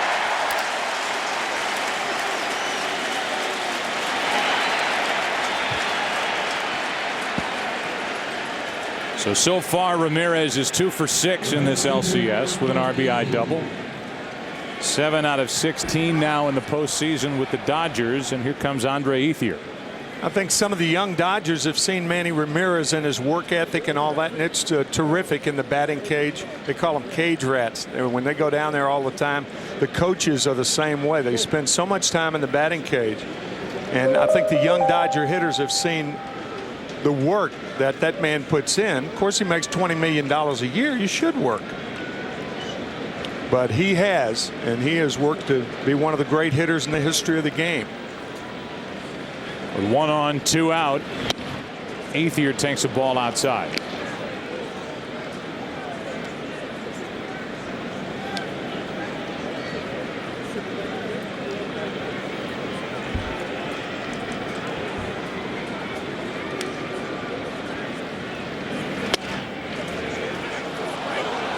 That's just outside. It's 2-0. Andre Ethier is the unofficial food critic on MLBlogs.com. Dining with Dre. He gave a review of Philly cheesesteaks. As he takes ball 3 outside, it's 3-0, and now Brett Myers could work his way into 2-out trouble. Andre saying the 2 clubhouse attendants here in Philadelphia in the visiting clubhouse make the best cheesesteaks he has ever tasted. Gives him 4 stars. There's a strike, and a throw to first. Safe is Russell Martin. That's where you see a lot of guys picked off at first base because they really can't see the catcher as well as they can with a right-handed batter up there. Kind of a sneak play coming behind the left-hander, and Martin just back in time. Good throw by Ruiz. And now a walk. So 2 on, 2 out, a couple of walks in the inning, and James Loney will represent the tying run as he walks to the plate. 3rd walk now handed out by Myers. A 2-out rally by the Phillies in the bottom of the 2nd, and now with 2 out here in the top of the 3rd, the Dodgers trying to turn the 2 walks into something and tighten this game up a little bit, down 4-1.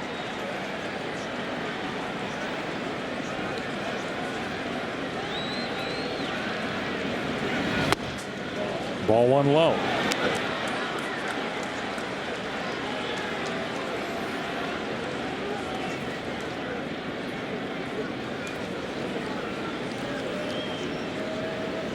The biggest Dodger comeback this year was against the Philadelphia Phillies. They were trailing by 5 runs in Los Angeles in that series where they were swept. Came back to beat the Phillies. And they came to Philadelphia, we said last night, and the Phillies swept them.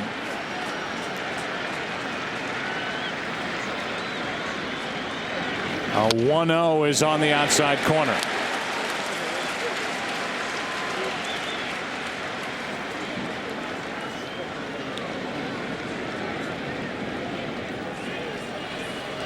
There was a not so pleasant moment between Charlie Manuel and the man on the mound, Brett Myers, during the course of the season in August.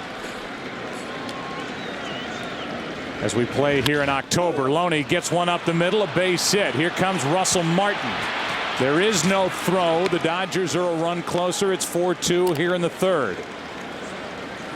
So Loney is now 2 for 2. Gets his 7th RBI of this postseason and makes it a 2-run game. Frankie Frisch, the Hall of Famer from the Cardinal Gas House Gang era, used to say, oh, those bases on balls, and it seems like they always come in to score. As Loney gets a key 2-out hit. So 2-out hits for the Phillies, and now the Dodgers answer.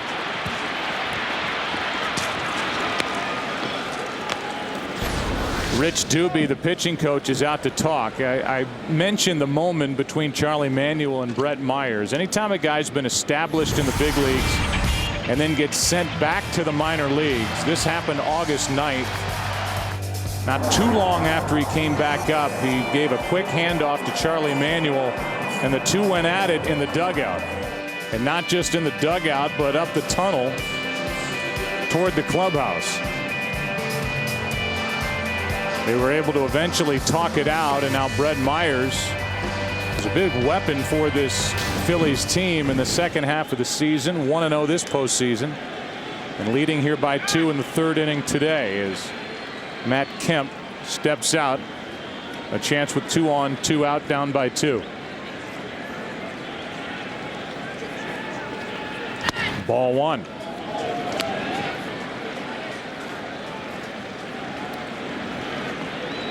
You'd be surprised at how many altercations that we never hear about on teams, among players, among coaches and players, coaches and coaches, players and players, and obviously, as we just saw, players and managers. A ball and a strike on Kemp. I know this, Charlie Manuel is not going to back down to anybody. Oh, no. 64-year-old who was born in West Virginia, grew up in Virginia, stood his ground, and now Myers falls behind 2-1.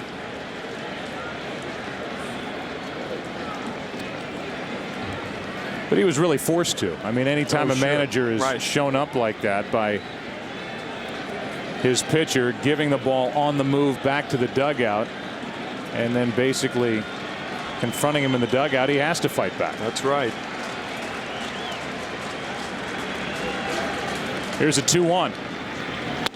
Good pitch, 2-2. There was an incident at Shea Stadium years ago when Frank Robinson was the manager of the Giants. When Jim Barr was pitching, Robinson went out to take him out. Barr walked off immediately. Robinson grabbed him by the nape of the neck and jerked him back to the mound and told him, wait until the bullpen pitcher arrives. The 2-2.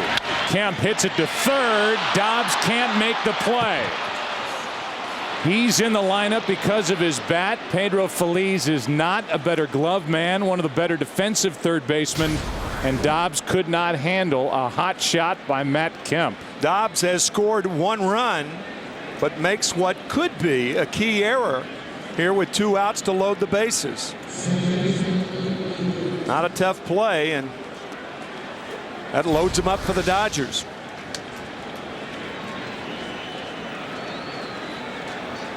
So it is an error, and it loads the bases for Blake DeWitt, who now with a hit could tie it. Dodgers down 4-2. DeWitt takes a strike. Blake, his first time, was jammed but hit an RBI ground out to the right side. Drove in 52 runs during the regular season, hit .264.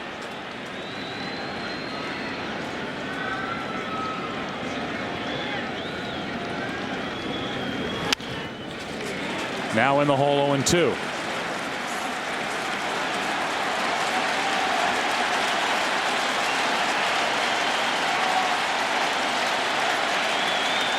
Joe Torre has stayed with the rookie Blake DeWitt, while Jeff Kent, with his 377 career home runs, sits on the bench. What a chance for Blake DeWitt here. Just missed. Ball 1. Normally catchers don't have a chance to catch high curveballs, but this one just high, says home plate umpire Jerry Meals. It's tough. Very close. 2-2.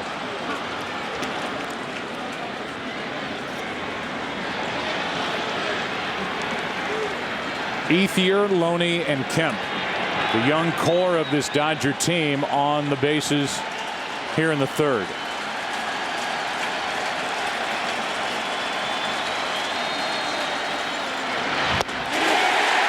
Inning over. Dodgers make it a 2-run game on a hit by Loney, scoring Martin. 4-2 Philadelphia after 2.5.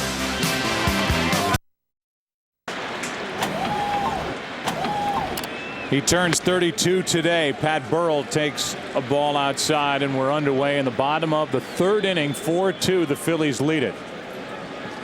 4-run scoring with 2 out in the 2nd. Dodgers just got a run. That's off the end of the bat and over the head of Furcal for a leadoff hit. Up above, our aerial coverage is brought to you by DirecTV. Now get over 130 of your favorite channels in HD. And a look at that crystal clear blue sky here in Philadelphia. Could not be better weather-wise for this game 2. On the 10th of October, 75 degrees at the start of the game. Here's Worth.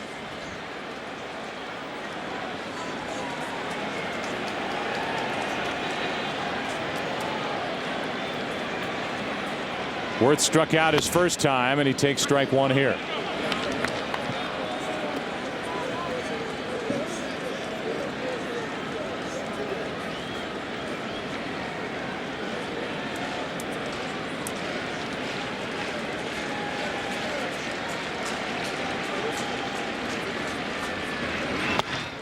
Strike 2 over the inside corner. Talked to Joe Torre about last night's game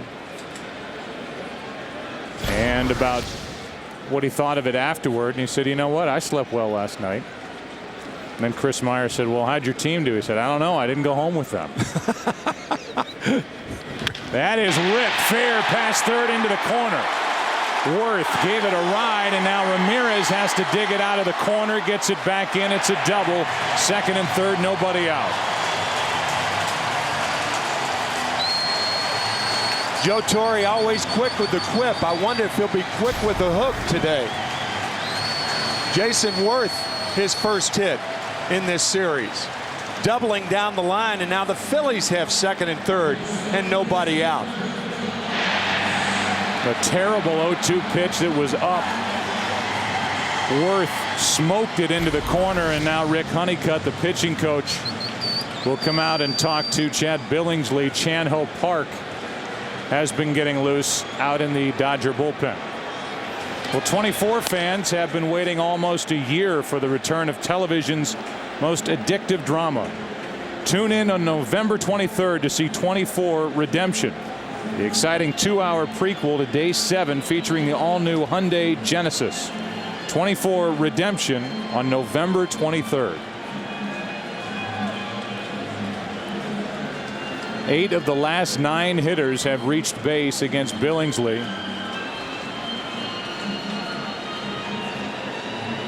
And he's in trouble again here in the third inning. Let's go down to Chris Myers. Chris. Joe, you mentioned Jason Worth, and I talked to him before the game once in the Dodger organization, and not bitter, he said, just upset that there was a misdiagnosis of the injury in his wrist and hand. And he didn't pick up a bat for an entire season. He said there was a 2-month stretch when he thought he'd never play again. He's just thankful now to be playing for the Phillies in the NLCS and appropriately against the Dodgers. Here comes an intentional walk for Dobbs to load him up for Ruiz, who's been a hitting star so far for Philadelphia. Worth was in the Dodger organization from 04 to 06. Missed all of 06 with 2 different wrist operations. And now he's been with Philadelphia, and he's a big part of their success here. And Ruiz is getting ready for a bases loaded at bat here in the third inning with nobody out. I think the reason that Rick Honeycutt, the pitching coach, went out to the mound was to give Chan-Ho Park a chance to warm up. And then you come back and you walk Dobbs intentionally. That gives Joe Torre the option of making the move to Chan-Ho Park now. Or he could leave Billingsley in the game, and it appears he will. And that he was just telling, when he pointed down to the ground, he was telling James Loney, the first baseman, to come home with the ball. With 1 out, you try for the double play, but with nobody out, if you try for the double play, the Phillies score at least 1 run. So Loney in tight, and Blake at third in relatively tight, and the middle is in double play depth. Pat Burrell, the lead runner, does not run well at all. Ruiz, strike 1. Mentioned last night that Carlos Ruiz came into the game 1 for his last 29. He had 2 hits and 3 at bats last night.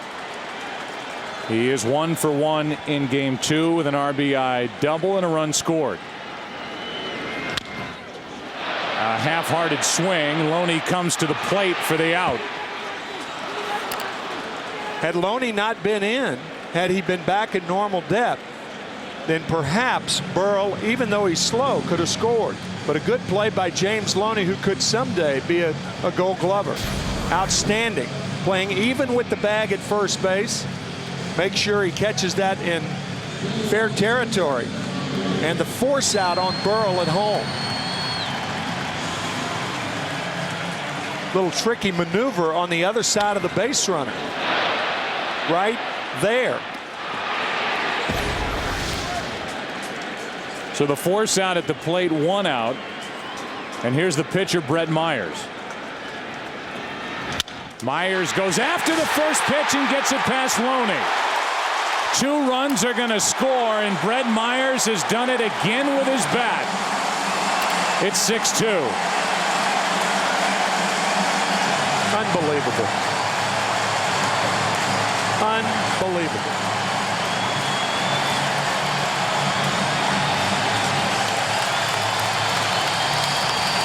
He has half as many hits in this game as he had all year for the Phillies. Loney in once again. Off the end of the bat, squirts down the line. 4 hits in 58 at bats all season long. 2 for 2 in this game. 3 RBIs.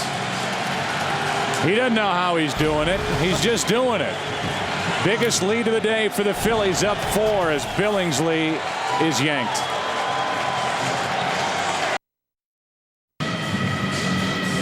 They're the numbers for Chan-Ho Park, who pitched here last night, 2/3 of an inning, all zeros. His numbers for the regular season did a little bit of everything. And Billingsley went 59 pitches. And the guy who Joe Torre called his horse didn't have it here in game 2. Just 2 1/3 innings, and Brett Myers and his bat a big reason why Billingsley is gone here in the 3rd.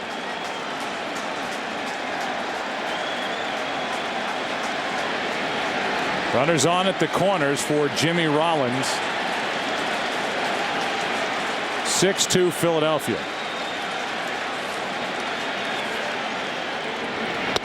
On the inside corner for Rollins, who's right on top of the plate.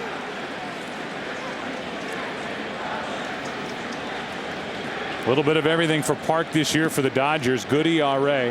Made 5 starts, got 2 saves. Majority of his work in between. Middle relief. And now he goes outside for strike 2. There it is, 4 for 58 during the regular season for Brett Myers. 1 RBI. In the postseason, he has 3 hits, 4 at-bats, 3 RBIs, all in this game. Swing hard in case you hit it. All 3 of those RBIs coming against Billingsley in a pretty good pitch as Park does not get the call. Ball 1.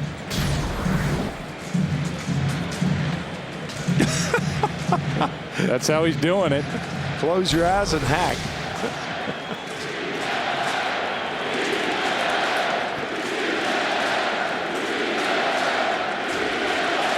Another beat LA chant from these Philly fans. 1-2 pitch to Rollins. Got him on the inside corner as Park picks up an important second out with a strikeout. Jimmy Rollins thought it was inside. You can see Russell Martin is setting up inside, but that ball tailed back over the plate.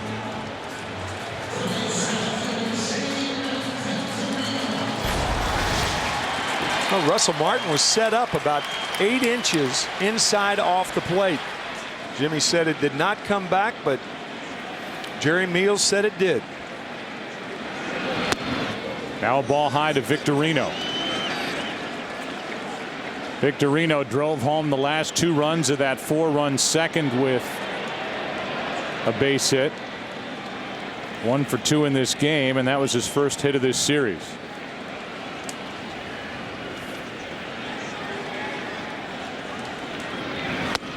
Good breaking ball for a strike. Victorino, originally a 6th round draft pick by the Dodgers in '99. He has really blossomed here with Philadelphia, especially here in '08. And down the stretch, he was as tough and out as the Phillies had. Came in hitting .414 since mid-September. He is from Hawaii.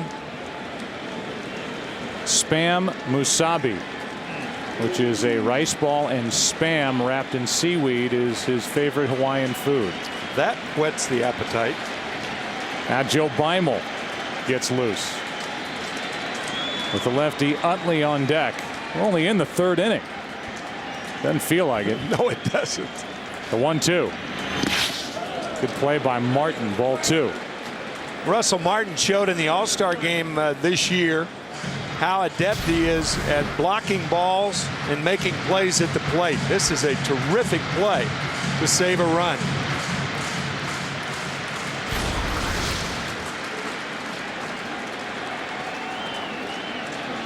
Great hands, former third baseman. 2-2. Victorino hits it into right center field, and that ball is over the head of Ethier. 1 run scores. That's Ruiz. Here comes Myers all the way around. A 2-run triple for Victorino. 8-2.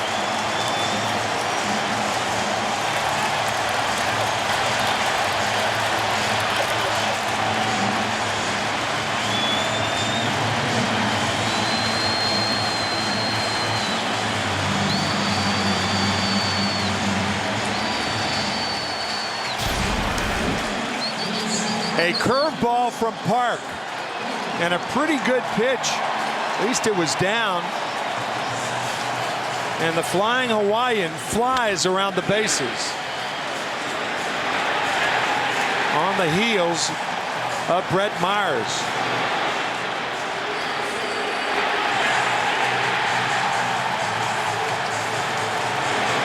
These Phillies are all charged up. They've chased Billingsley, now Chan Ho Park here in the third, and lead it by 6.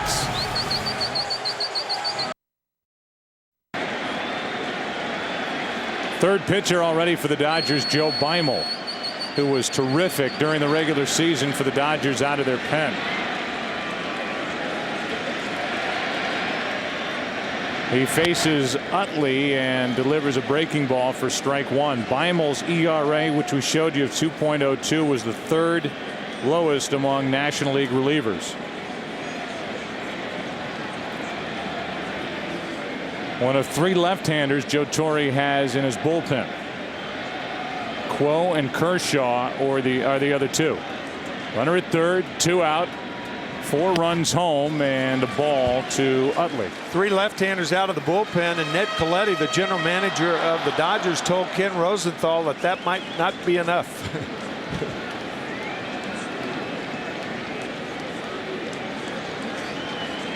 The power for the Phillies with their left-handed batters, and this is one of them.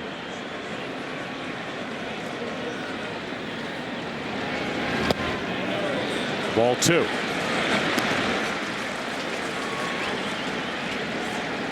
Dodgers drafted Utley out of high school in the 2nd round. He elected instead to go to UCLA. Joined this Phillies organization, and he is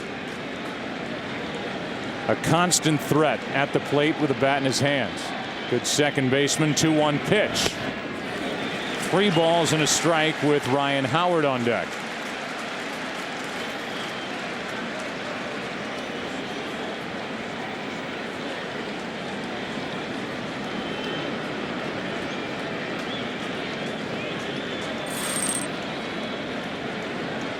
Right-hander James McDonald getting loose for the Dodgers out in their pen. 3-1 pitch is in for a strike. Full count. For Los Angeles in the top of the 4th. It'll be Blake, the number 8 hitter, then the pitcher spot. Off day tomorrow, so Joe Torre can empty that bullpen.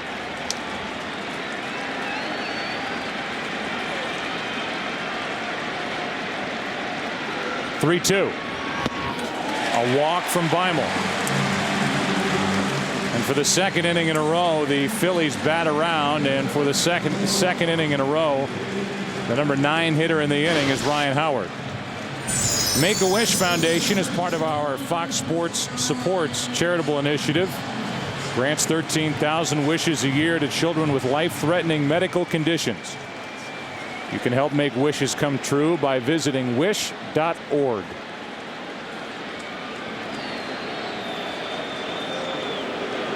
Here comes Rick Honeycutt. Maybe to remind Beimel about their approach so far for Ryan Howard. Yeah, it's an odd trip, isn't it? It is. Unless it's just to remind him that it's all breaking balls, but he's got Russell Martin for that. Yeah. Dodgers have thrown Ryan Howard 8 breaking balls tonight, and last night from Derek Lowe, all breaking balls but 1. So he's seen 1 fastball from the 2 starters in these 2 games.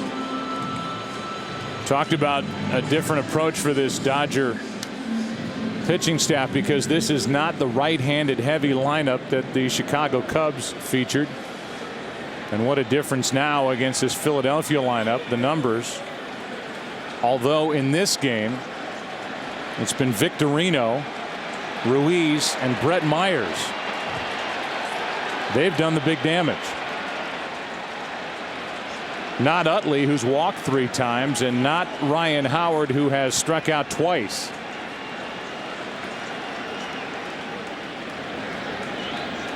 First and third, 2 out, ball 1. Another breaking ball from a Dodger pitcher. Now it's Joe Beimel. A left-hander like Joe Beimel can get away with the fastball to a left-handed batter more than right-handers can, because that right foot swings toward first base and has a tendency to make left-handers give a little bit.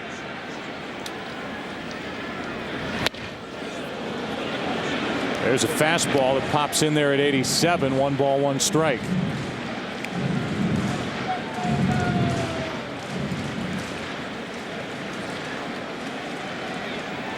Burrell started this inning with a base hit to left.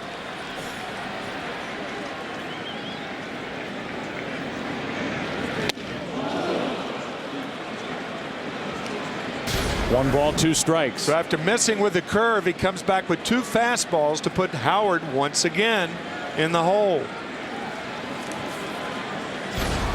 Ryan Howard struck out 199 times during the regular season. Breaking ball, he didn't go. Pretty good pitch, and it's 2-2.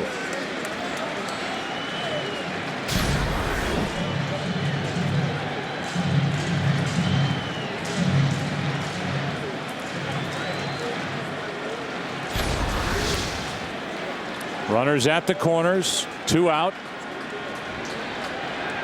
and a 2-2 count. Full count.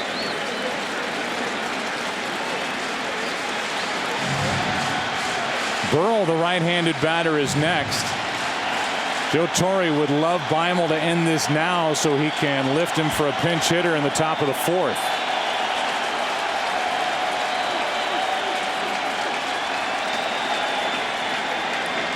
Utley goes, and Howard takes a walk. That loads him up. What an ugly inning for the Dodgers here in the 3rd. So Beimel has come out of the bullpen and walked the 2 batters he's faced. James McDonald continues to get loose, and Joe Torre is going to be forced to make a double switch here in the 3rd inning.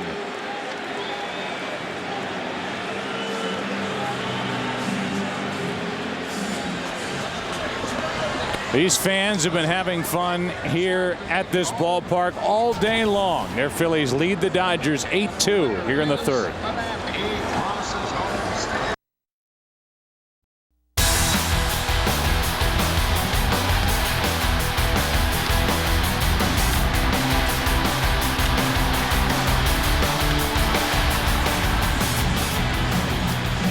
A lot of Phillies have been swinging, hitting, and then running as the right-hander James McDonald takes over. James Loney, his first baseman, is wearing a mic, and he had this to say to Casey Blake earlier this inning. I wanted to tag him on that other one, but I don't think I had time on that little, because it was hit too slow.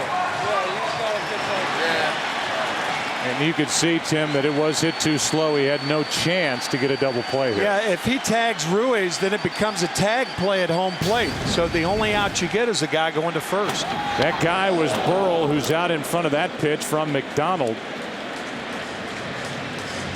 As the Dodgers are just trying to hang in this game. The double switch was Jeff Kent taking over at second base. Blake DeWitt is finished for the day. And the pitcher will bat in the number 7 spot. Kent will hit 9th. He'll bat second in the top of the 4th.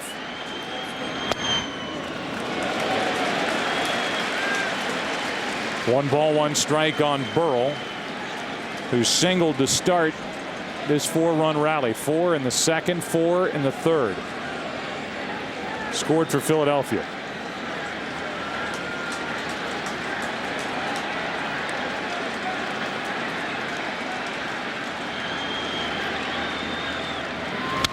Strike 2.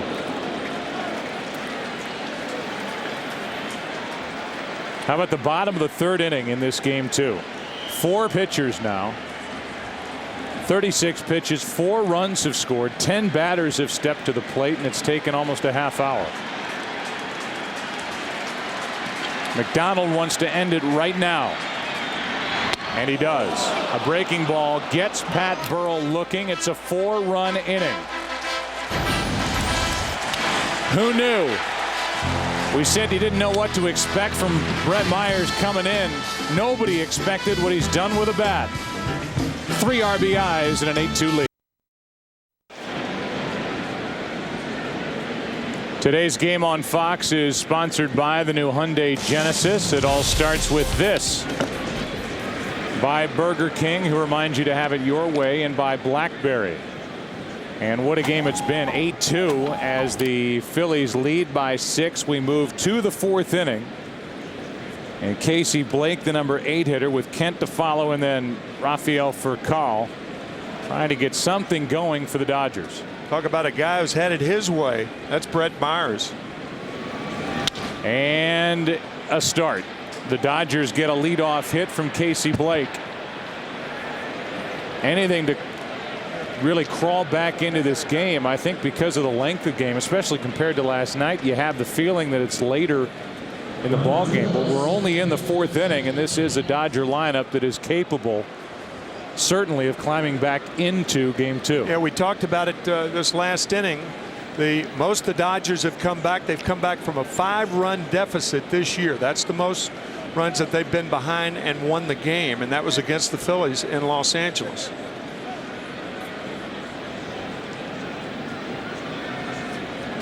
It's the second time the Dodgers have put their leadoff hitter on in the inning, and now Jeff Kent. Jeff Kent with knee surgery early September on the 2nd. He has won an NLCS, did so with San Francisco back in 2002.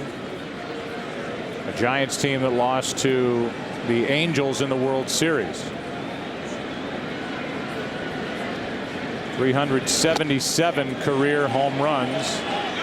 A check swing, he went around, and the count evens 1-1 on Kent. Joe, as fans of the game, as people who work in the game as we have for a long time, and doing local telecasts, back in the early 90s, Jeff Kent came to the New York Mets, and I never had any idea that Jeff Kent would be the player that he has turned out to be. I have never, in my mind, been as wrong about a young player as I was about Jeff Kent. And I had some company.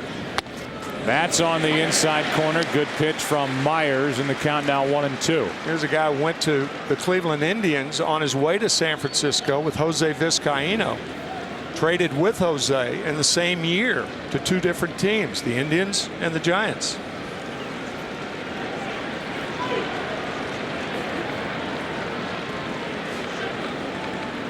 The 1-2. Hard hit right at Rollins. To Utley. Double play. 6-4-3.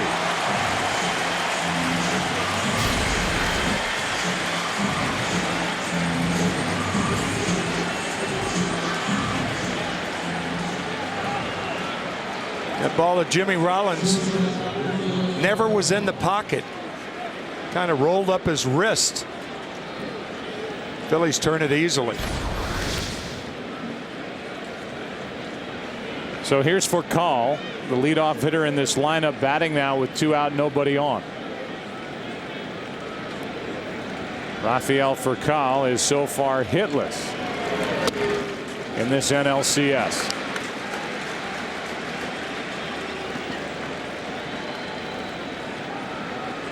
He's flying to left. He tried to bunt his way on in the 3rd inning, hit it right back to Myers, and now Furcal is in the hole 0-2.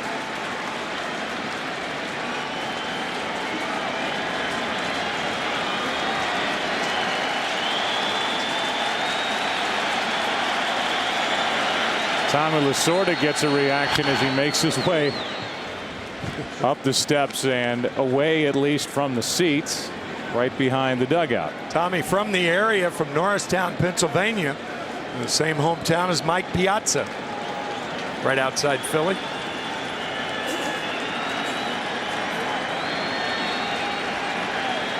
Oh-2 pitch. And it's in the dirt, gets away, and Furcal will end up at first base.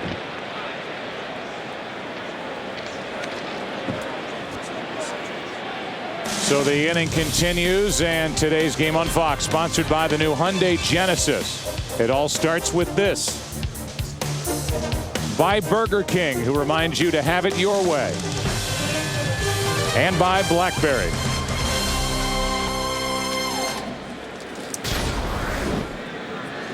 One of those situations where Furcal appeared to be ready to argue that he didn't go around, but then he saw the ball go by Ruiz and said, well, I'll just take first base. So a strikeout and a wild pitch of Furcal. And that's no small turn of events there. You've got Russell Martin at the plate, a guy who's been a .302 hitter in the number 2 spot during the season for the Dodgers, and Manny Ramirez on deck. And now a base hit. So all of a sudden Manny Ramirez is coming up with 2 on in front of him and a chance with 1 swing to make this a 3-run game here in the 4th inning. Man with more postseason home runs than anybody in history. He has 42 RBIs in his last 44 postseason games. So far, he has struck out, popped up. He got buzzed by a high fastball back in the 1st inning. And he could make this a lot more interesting during this at bat.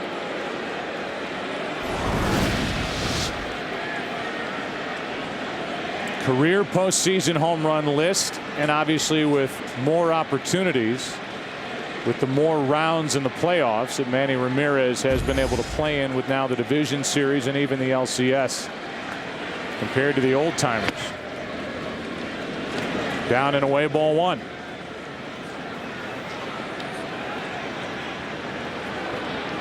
Furcal at second, Russell Martin at first, and you say, well, are they going to challenge Manny Ramirez? You don't put him on up by 6. Certainly don't lay it in, but this is a time in the game where Brett Myers figures to come after Manny Ramirez. He has so far in 2 at-bats anyway tonight. If there was ever a time to challenge him, it's with a 6-run lead.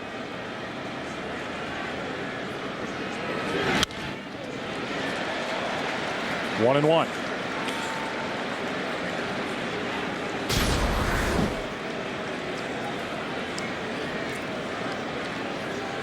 He got away with one there.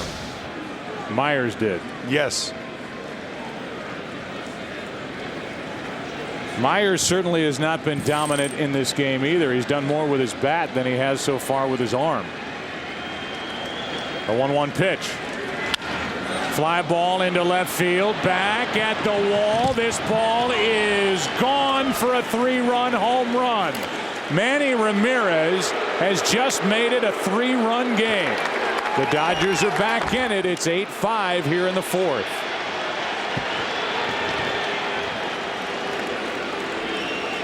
And how did this rally start? With a strikeout. That's the crazy game of baseball. A strikeout, a wild pitch, and all of a sudden an instant rally. Talk about a wacky game. Brett Myers with 3 RBIs tries to jam Manny Ramirez. He did not hit this ball well. Ball got in on him. A tremendous strength. Hits it in the flower bed. In left field. That cut the lead in half. He hits that ball down on the trademark. I don't know if he broke his bat, but that ball did not sound well. And yelling out in the direction of Brett Myers, who ran one back behind him in the first inning. All right. Well, last night, as he gets his 27th, so he adds one to that list. Most all-time in the postseason. Last night he hits a rocket over 400 feet to straightaway center field that stayed in this park, and now he gets a jam shot that flies out to left to make it a 3-run game. Ethier hits one off the end of the bat, now in the hole 1-2. Let's go down to Chris Myers. Jim, or I should say Joe, I'm sorry, moments ago Manny Ramirez in the dugout yelling back at Brett Myers after the home run, repeating, if you don't throw 95, don't go there. And remember earlier in the game when Myers threw behind Manny Ramirez, one of the Dodgers, when Manny came into the dugout, said, you'll have to do something about that, Manny. And he just did. With a 2-out, 3-run shot. Ethier frustrated, but the Dodgers are back in it. It started with a strikeout. Then a base hit by Martin and the home run by Manny.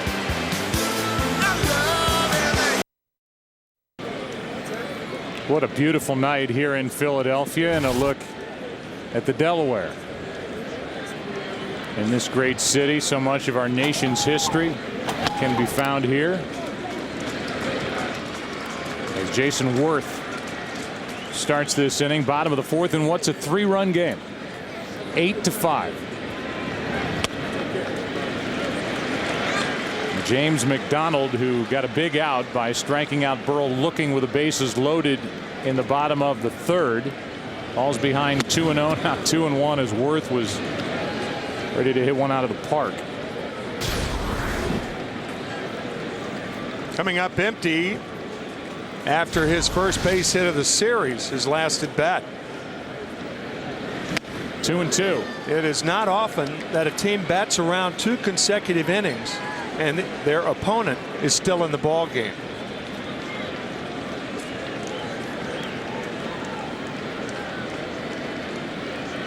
Brett Myers talking with Matt Stairs, and after falling behind 2-0, McDonald comes right back and strikes out Jason Worth to start the bottom of the fourth. This Sunday, it's a big doubleheader on Fox. Fox NFL Sunday pregame show starts it. There are the matchups early, all funneling into these late games, and the big one out in the desert with the Dallas Cowboys and the Arizona Cardinals. Rick Stockton, Troy Aikman, and Pam Oliver will have that one for you. A good matchup in the NFC, Cowboys and Cardinals. Here's Greg Dobbs.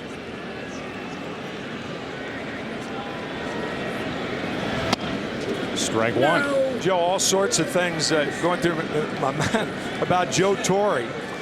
In Game 4 of the 1996 World Series, the New York Yankees were trailing the Atlanta Braves by 6 runs. In the top of the 6th inning, the Yankees came in and Joe told the team, let's cut this in half. Well, in the top of the 4th inning, the Dodgers trailing by 6 runs, and what did they do? They cut it in half. Now a 3-run lead. That was a game that was ultimately won by Jim Leyritz on Joe Torre and the Yankees. First World Championship, not the Yankees, but Joe Torre's.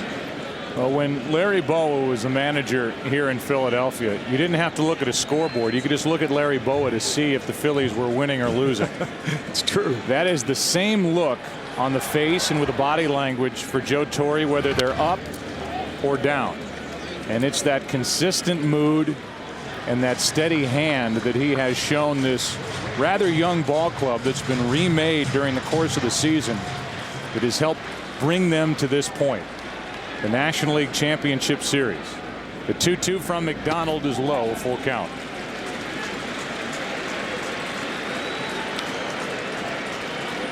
On deck is Ruiz. A lot of damage done at the bottom of this order. Dobbs, the man at the plate, has been on base twice and scored 2 runs. Thanks in large part to Ruiz with an RBI double and Brett Myers, the pitcher, who has 2 hits, 2 runs scored, and 3 RBIs.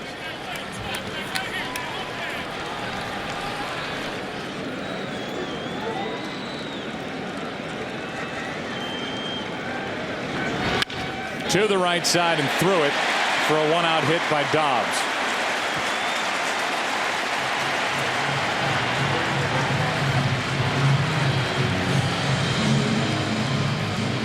So 1 on 1 out, and Ruiz steps in. So far 3 out of 5 swinging it in this National League Championship Series.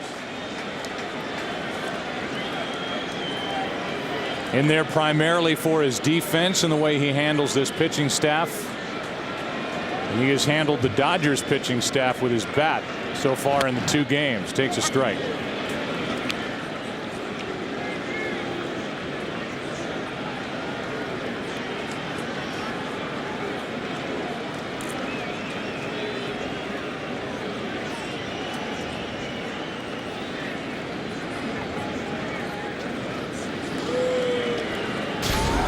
Here is a difference between last night and tonight. Different uniform, different pants, and a totally different style.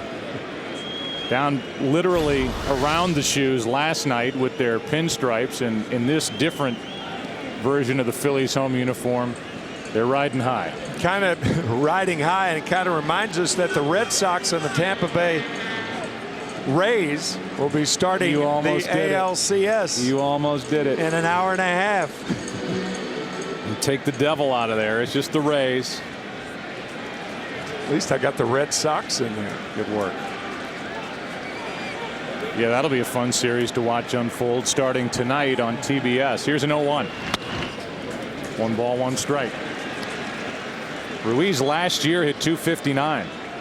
6 homers, 54 RBIs, and then this year the drop off hit just .219 and drove home only 31.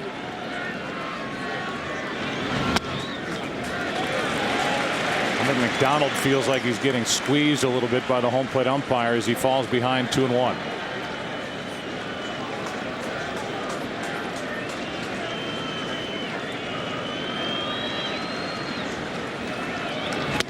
On the corner, 2-2.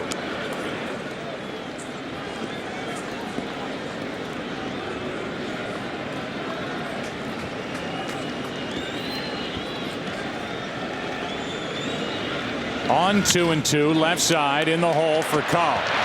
Gets the lead man and no chance to turn 2. Force out 6-4 for Call to Kent.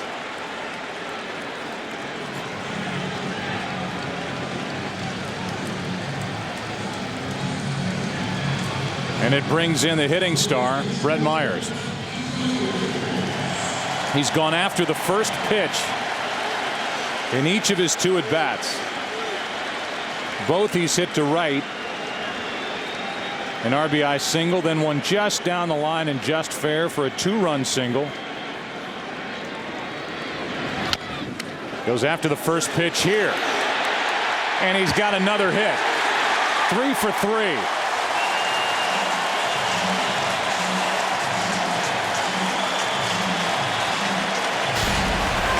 Two to right field.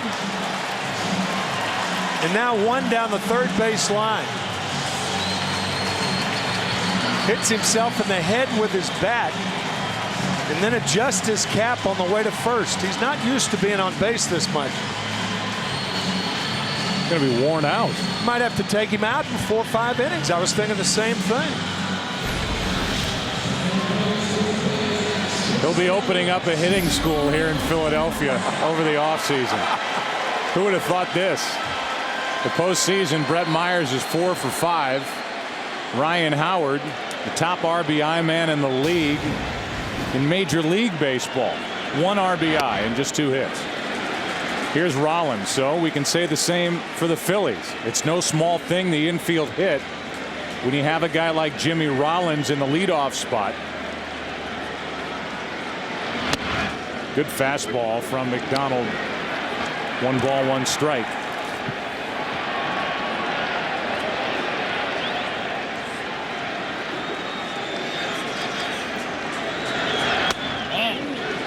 just high. 2-1. The reactions by Myers after he gets the hits are as good or better than the hits.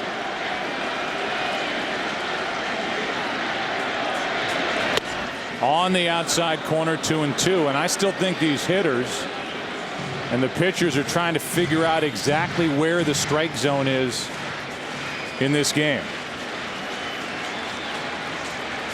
2-2 pitch. Well, you have so many different pitchers, different types of pitchers, left-handers, young pitchers like McDonald, more established pitchers like Billingsley, different stuff. It's tough for an umpire, a home plate umpire, to make adjustments. Wow, what a good block by Russell Martin, and that keeps the runners at first and second. Boy, he's good. Guys who used to have good hands at shortstop were nicknamed Hoover. That's a good name for Russell Martin. Hoover. Runners will go. Dodgers have good arms in the outfield. And Rollins strikes out. So a scoreless inning put up by James McDonald. We go to the fifth. 8-5 Phillies. Back after this from your local Fox station.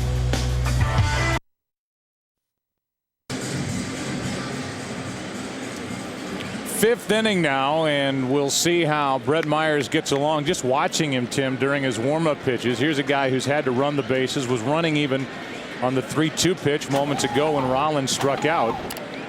If the legs are the first thing to go on a pitcher when he gets tired, let's see how he gets through the fifth.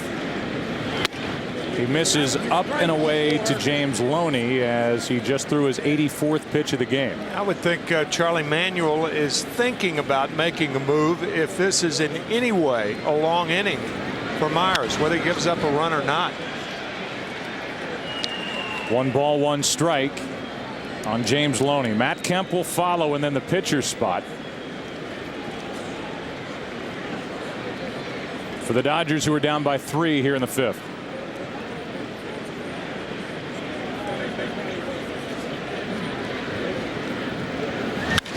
Loney hits it in the air to left, and easy for Pat Burrell. We talked to the hitting coach of the Philadelphia Phillies, Milt Thompson, and had to ask him first about what magic he's working with his pitcher who's hitting, Brett Myers. Unbelievable. I mean, it started with the at bat against CC last playoffs, and it's just carried on. He's been absolutely incredible. Yeah, and he's really giving a chance for your lineup to turn over, and then you get back to the top. And I know Rollins has struck out 3 times in this game, but that's really where you guys are so good at the top of your lineup. And Rollins, before this thing's all said and done, is going to be a big part of it for you. That's true. He's getting some tough calls on him on some inside balls. They're coming real, trying to do those runners that run back that Maddox is so great at doing, and they're making the pitches on him, and you got to tip your hat sometimes. Your big guy's got to be getting a little frustrated, Ryan Howard, so far. Well, they're staying away from him, and he's got to hit a couple balls to left field, and he'll be fine. He's got to be patient. He's got to allow him to get behind in the count, and then he'll get something to hit. Milt, thanks for your time. You're welcome. Take care, guys. All right. That's Milt Thompson, who is the hitting coach for Charlie Manuel, who made his name as a big league coach instructing hitters with the Cleveland Indians. He has got a good group with which to work. Here's an 0-2, and it misses just down and away. Kemp is 0 for 2. And McDonald has come into the on-deck circle. May hit either way. Right now the bullpen is quiet for the Dodgers. 1-2.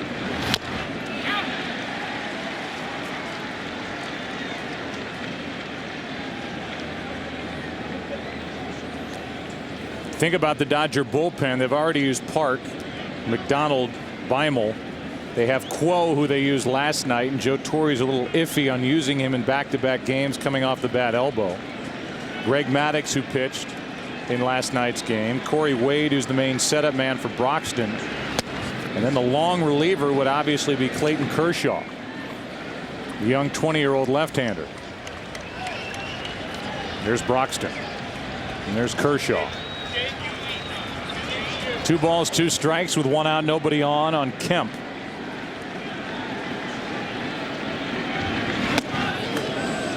And now a full count. I think Joe Torre's probably thinking that if the Dodgers do tie it and this game goes into extra innings, he would almost have another starter in Kershaw. That's why I don't believe he'll use him in the first 9 innings. Kershaw still hasn't been officially eliminated as a Game 4 starter as ball 4 is outside. And now McDonald will bat. That is walk number 4 issued by Myers. Here is our Verizon game summary. Myers has done more swing in the bat than he has on the mound to this point. He's got 3 hits. He's got 3 RBIs and 2 runs scored. Manny Ramirez hit his 27th career postseason home run with 2 out in the 4th to make it 8-5. And the Phillies batted around in both a 4-run second and a 4-run third. If you're the third baseman right here, you come halfway. It's his first major league at bat. He does not know how to handle a bat, or at least that's what you do, is take a chance. If you're Greg Dobbs, you can come halfway. McDonald's going to be bunting, but you dare him to swing the bat. I'm going to ask you the question that Dodger fans are probably asking at home. Why is McDonald batting down by 3 in the 5th? Why not a pinch hitter, and why not dip deeper into that bullpen for Joe Torre? Well, you know, with 1 out, I agree with that. If there were 2 out, I'd let McDonald hit. But I guess Joe's thoughts, he's running out of pitchers. We're only in the 5th inning. And McDonald's been effective through 1 1/3. But of course, they're still trailing by 3. Breaking ball in for a strike. See, I'm with you because I would send up the pinch hitter because you just feel like Myers is starting to tire a little bit. That's another end of it. You're basically giving Brett Myers a free out here in the 5th inning as he's starting to wear down. They do have a deep bench with Nomar, Juan Pierre, Angel Baroa, Pablo Ozuna. The backup catcher is Ardois, but there are options over there. But Joe Torre has elected to stay with McDonald.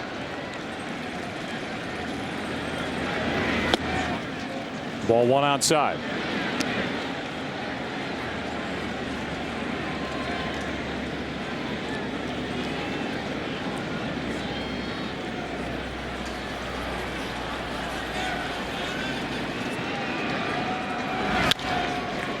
Chopped to short.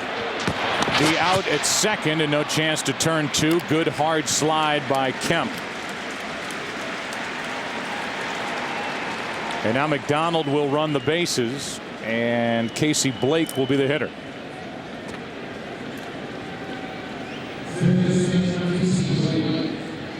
Now if Blake pops one here, then you get the best of both worlds. You keep McDonald in the game and you get something done. If nothing happens the rest of this inning, you know that at the very least the question will be asked as to why McDonald hit here in the 5th. Ball 1.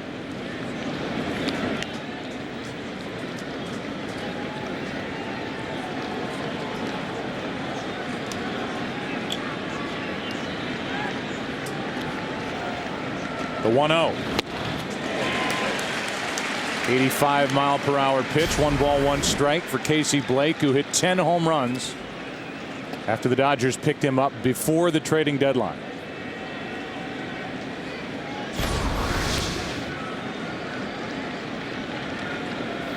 The 100th pitch of the night is low for ball 2.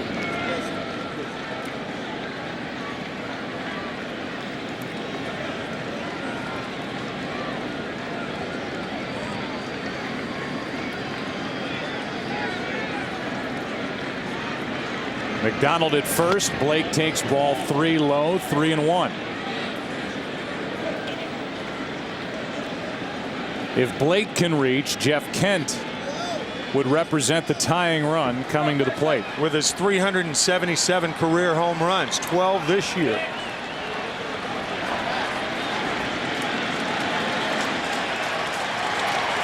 Now they're starting to stir in the Philadelphia bullpen.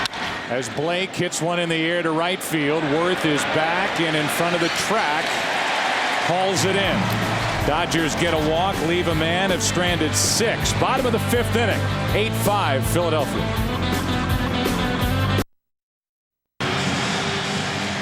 We come right out to our Avidart in-game box score and look at all of the damage done at the bottom of the lineup. Dobbs has been on base 3 times. Ruiz with an RBI double. He scored twice thanks to the 3 hits from Brett Myers, his 3 RBIs, his 2 runs scored. And here we are, 8-5 Philadelphia, bottom of the 5th inning. McDonald back to work. Myers talking with Matt Stairs, and he gets a handshake from his manager, Charlie Manuel. His night appears finished as Durbin gets loose for the Phillies in their pen. And Victorino hits it off the end of the bat into right for Ethier, 1 out. We talked to Joe Torre, and the first question was about leaving McDonald in to hit and not going deeper into his bullpen.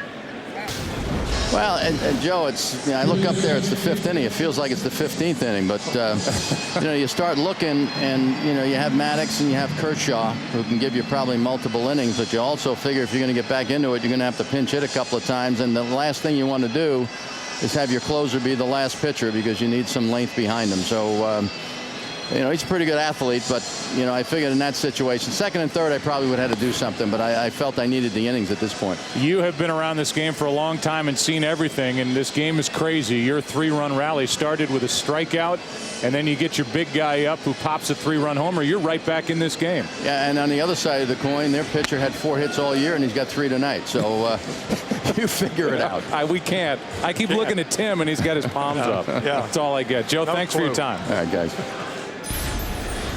So here we are in the bottom of the 5th, 1 out, nobody on. McDonald gets another inning, and he falls behind Utley 2-0. And now 3-0. Ken Rosenthal has more on this right-hander, James McDonald. Ken.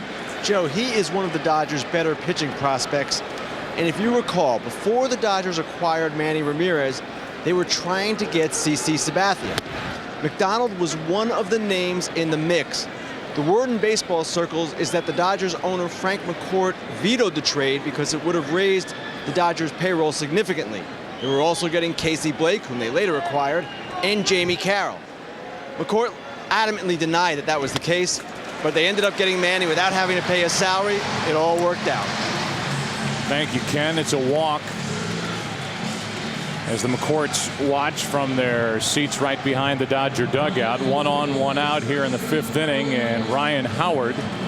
You heard Milt Thompson, the hitting coach for the Phillies, say he'd like to see Ryan Howard go to left a couple of times and try and get his stroke back. So far, he has been frustrated by the Dodgers. And again, so far, all Ryan Howard has seen off-speed pitches. How about Jimmy Rollins? 4 straight walks, and we're in the 5th inning. That is outside for ball 1. The reason that pitching coaches preach for left-handers to go to left field and right-handers to go to right field is it positions the right shoulder to hit the ball the other way. Like that.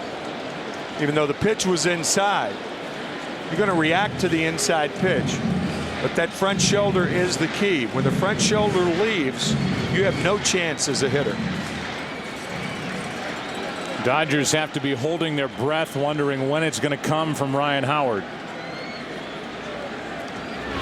Out in front of it, that's a fair ball, out at first, and the throw down safe. What a good play by Loney. He got the out at first, and then somehow falling down, fired a strike to the second base bag, but it had to be a tag on Utley, and he was safe. Oh, that is a terrific play by Loney. And who makes the play at second base? The third baseman, right over the bag. Loney, a good off-balance throw, and there's Casey Blake because of the shift. So now Utley down at second with 2 out, and Pat Burrell is at the plate, 1 for 3 with 2 strikeouts. Takes a good fastball from McDonald, strike 1.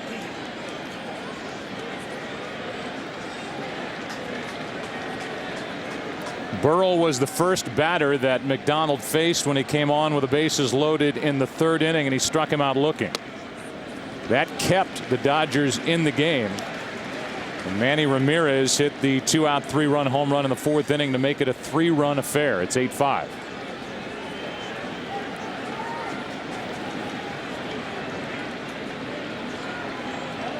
The 1-1. Good fastball from McDonald. 1 ball, 2 strikes. Fastball that appears to be on top of you because James is so tall. He's 6'4". Releasing that ball out in front. Way out in front, it seems. Fouled out of play off to the right. And the count stays 1-2. Today's game on Fox is sponsored by Chevy Traverse. It's everything you've ever wished for and then some.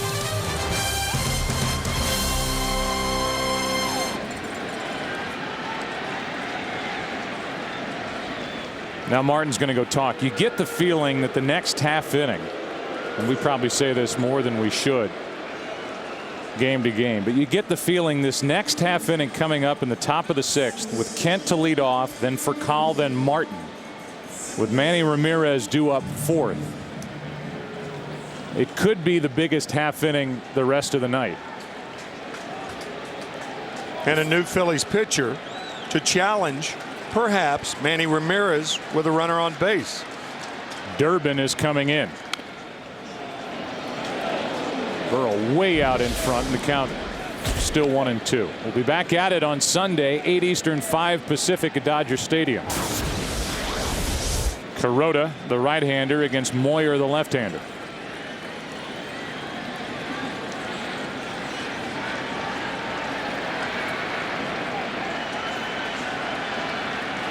Another 1-2 from McDonald.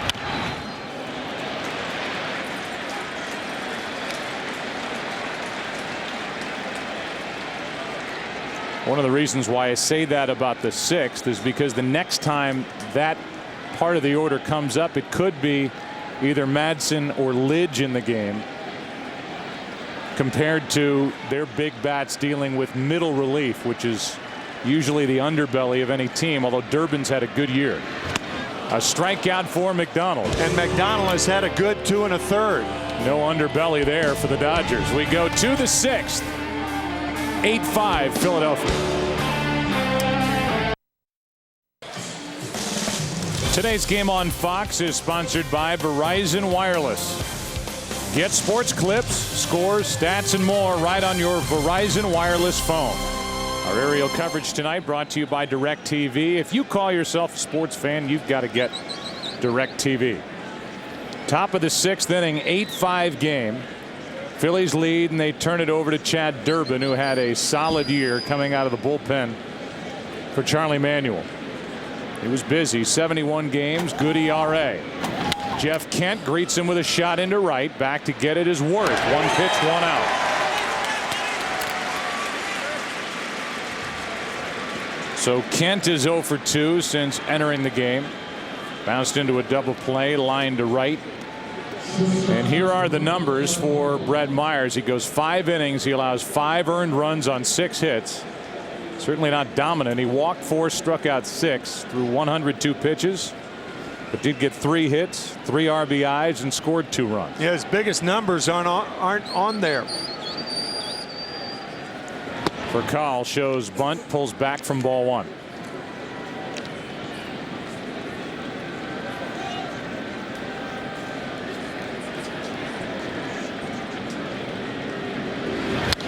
Off the end of the bat. Here are the reactions by Brett Myers after every time he got a hit.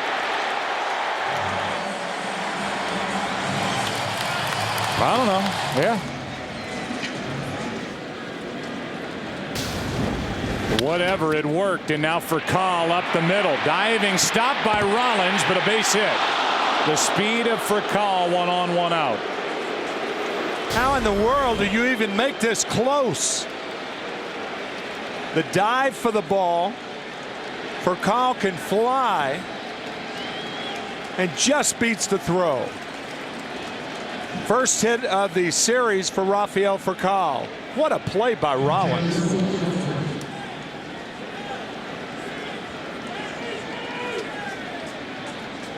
See Furcal sneak a peek. 1 on, 1 out, and Russell Martin is the hitter.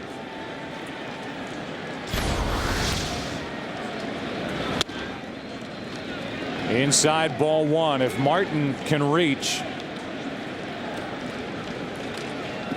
Manny Ramirez would step in with 2 on again and represent the tying run. Or even if he doesn't reach, it's still a decision for Durbin.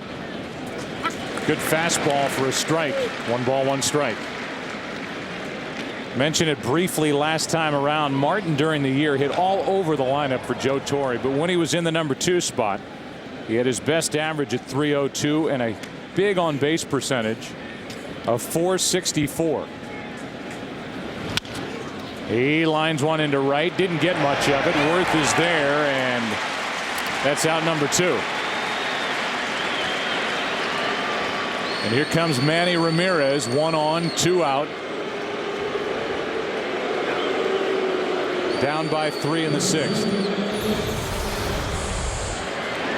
Back in the 4th with 2 on. A 3-run shot that just got out.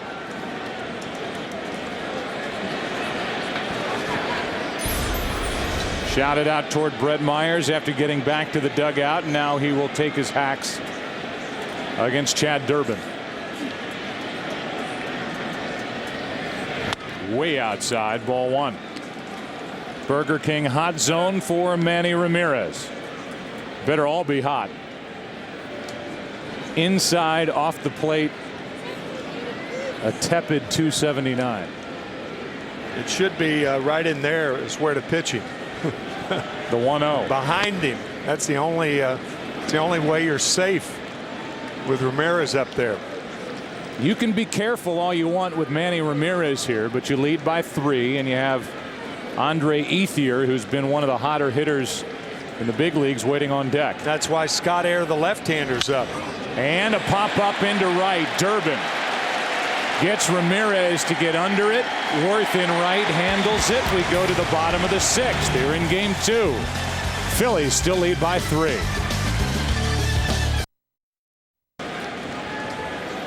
Well, how good has James McDonald been? He has single-handedly stopped the bleeding and kept the Dodgers in the game. Here's Worth into center field. Back is Kemp in front of the track. 1 out. Got to rise out of these fans, but out to center field, and plenty of room for Matt Kemp. That's how the bottom of the 6th inning begins, with the Phillies up 8-5. Here comes Dobbs. Boys and Girls Clubs of America is the official charity of Major League Baseball, reaching more than 4 million kids worldwide. Together they create a positive place for kids.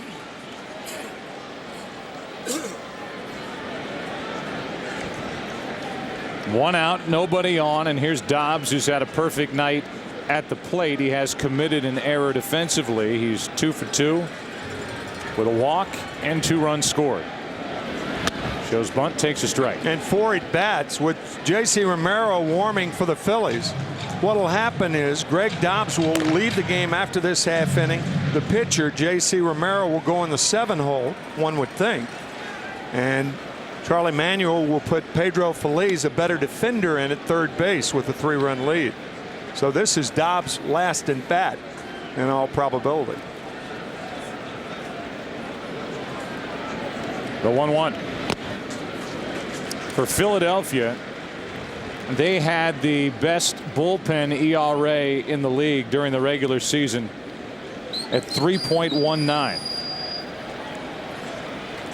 Charlie Manuel has a lot of options down there, and here they are with a 3-run lead at the least when they take the field in the top of the 7th, with names like Romero, Madsen, and Lidge ready and able if they're needed.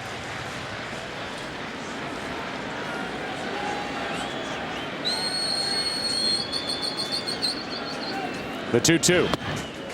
Full count from McDonald.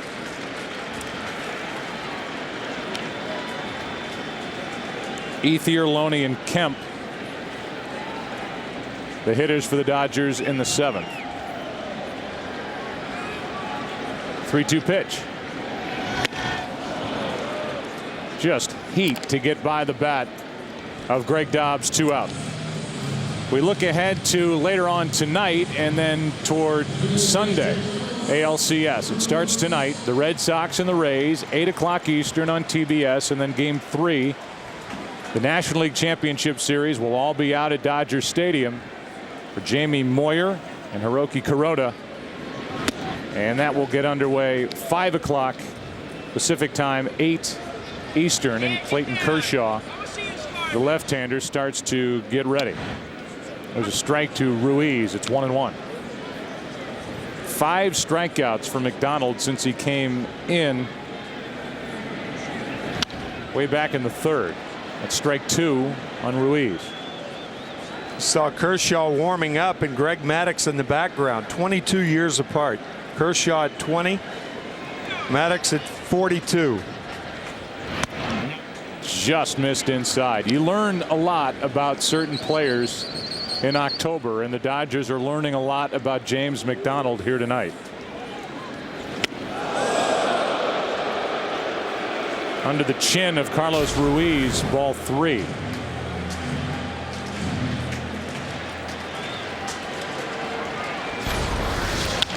And a foul. On deck is Matt Stairs.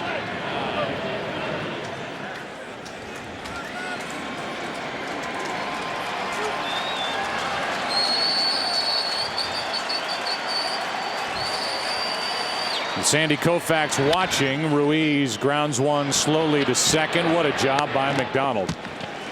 He has been wonderful for Los Angeles tonight. We go to the 7th. 8-5 still. Back after this from your local Fox station.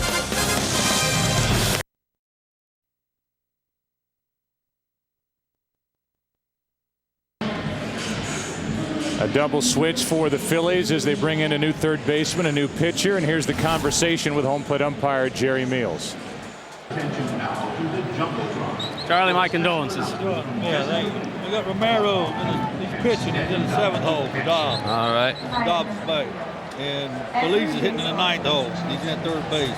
All right, thank you. All right. Yep. You could hear Jerry Meals start the conversation with my condolences if you're just joining us. Manager Charlie Manuel learning this morning here at the ballpark that his mother June passed away today at the age of 87.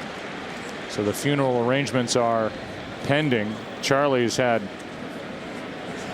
some kind of day here, and he really doesn't know what's going to come in the next couple of days. He's the oldest of 10 kids.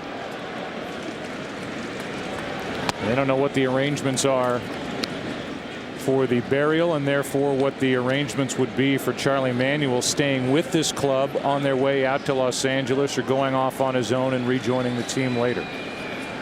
Perhaps having the off day tomorrow and then rejoining the team on Sunday. The Dodgers take off for the West Coast tonight after the game, and I think the Phillies do also. Meanwhile, J.C. Romero has come in. Feliz is at 3rd, and Andre Ethier is in the hole 1 and 2.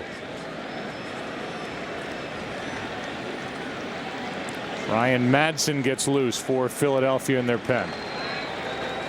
He worked here last night. The 1-2.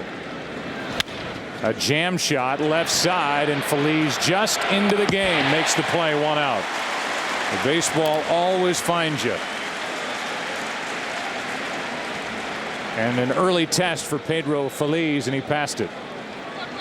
Leadoff man is gone. Loney will be the hitter, and Tim for J.C. Romero. The hard-throwing left-hander was released by Boston in June of last year. He came here, and in 132 games for the Phillies out of their pen has an ERA of 2.17, and during the season signed a 3-year contract extension leading into this year for $12 million. He has really found a home here in Philadelphia, and it's a nice home. Here is Loney. There is strike 1. A Burger King hot zone for James Loney, who bats with 1 out and nobody on. During the season hit .289, and so far tonight is 2 for 3 with an RBI. He got a hit back in the 3rd inning to score a run. At the time it made it 4-2, and then the Phillies got 4 more. That's a swing, and that's a strike. as he was trying to get out of the way. Strike two. This is like a swing in a revolving door.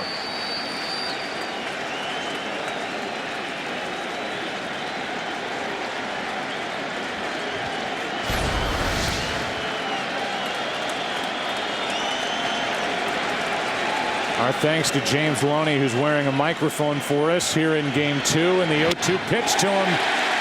2 out. Tell you what, that strikeout and retiring the 2 left-handers, it allows Charlie Manuel to stick with Romero to pitch to Kemp. If either of those had gotten on, certainly if both had gotten on, then you've got to bring in the right-hander. And that allows Joe Torre to flip because the pitcher's in the 7th hole with Madsen warming. So that was a key out, that strikeout of James Loney. Here is Matt Kemp. Hitless on the night, has reached twice, once on an error, once on a walk. Good velocity by Romero, 94 miles per hour in a late swing and miss.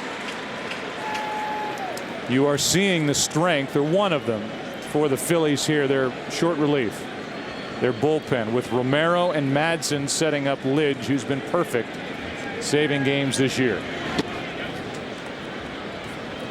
Some have not been so easy, but he's been able to get the job done. Nomar Garciaparra on deck with the pitcher's spot due up after Kemp.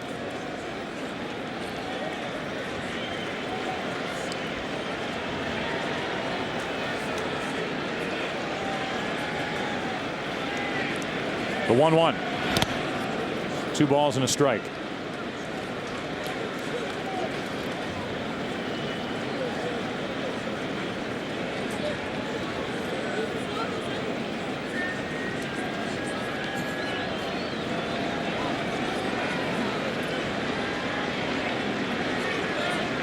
This crowd has gone from exuberance to concern. Here's a 2-1. They're tired. Made a lot of noise in the 2nd and 3rd. Now they're trying to get back in it. With a 2-2 count on Kemp.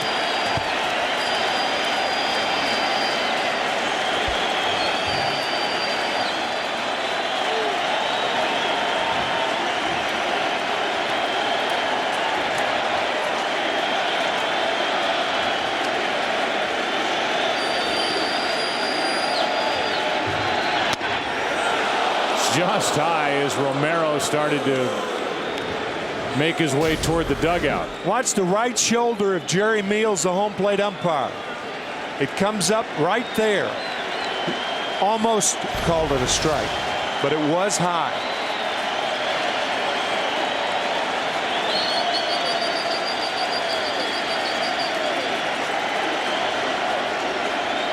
The 3-2. A 2-out walk. And now with Nomar Garciaparra coming up after the double switch, the pitcher spot is not in the way, and Charlie Manuel can make the move to Ryan Madsen here in the 7th, and he is waiting for Garciaparra to be announced. There's the announcement. Out goes Romero, and Ryan Madsen will take over with 1 on, 2 out. Nomar Garciaparra coming up with the Dodgers down by 3 here in the top of the 7th.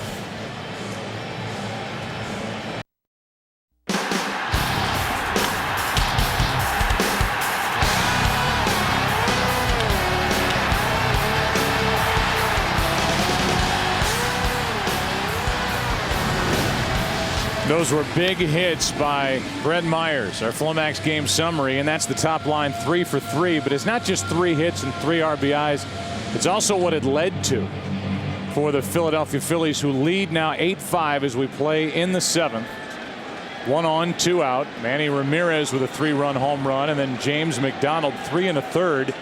He's lifted for the pinch hitter Garciaparra, who deals with Ryan Madsen, who really settled into that primary setup relief role for Brad Lidge. Former starter can go more than 1 inning, and Garciaparra gets one into right. Going first to third is Kemp, and now, just like that, The Dodgers will bring the tying run to the plate. Perhaps more than any right-handed hitter in baseball, Garciaparra, first ball hitter.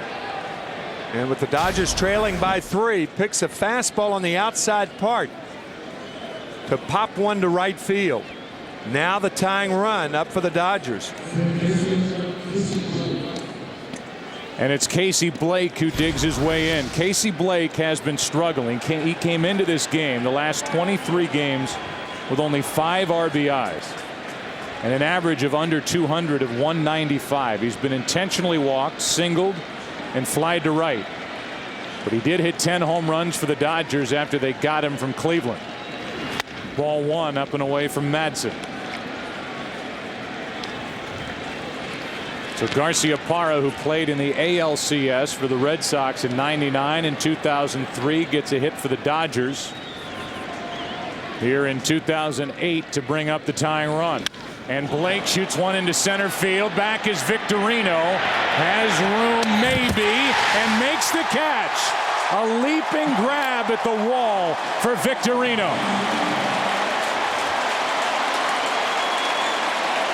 Feeling for the wall and saves the farm.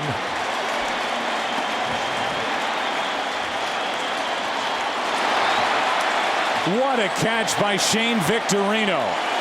A step in front of the wall in one of the deeper parts of this park. And more frustration for the Dodgers, who continue to trail by 3. Today's game on Fox, sponsored by Sprint. Get more done with Nextel Direct Connect, only on the Now Network. By Miller High Life, good honest beer at a tasty price. And by Chevy, an American Revolution. Still 8-5, and Nomar Garciaparra stays in the game, plays third base. Blake is out, and the hard-throwing left-hander Clayton Kershaw is on the mound for the Dodgers. Great work by James McDonald. 3 1/3, no runs, 2 hits, 5 strikeouts, and a walk. Pedro Feliz with his first at bat, batting in the number 9 spot. Great velocity and a big-time curveball for Kershaw. Into right, Ethier, 1 out.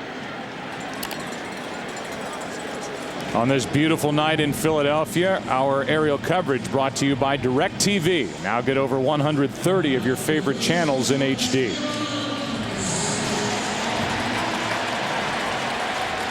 Jimmy Rollins, 1 for 4 with a single. A run scored, and he struck out 3 times.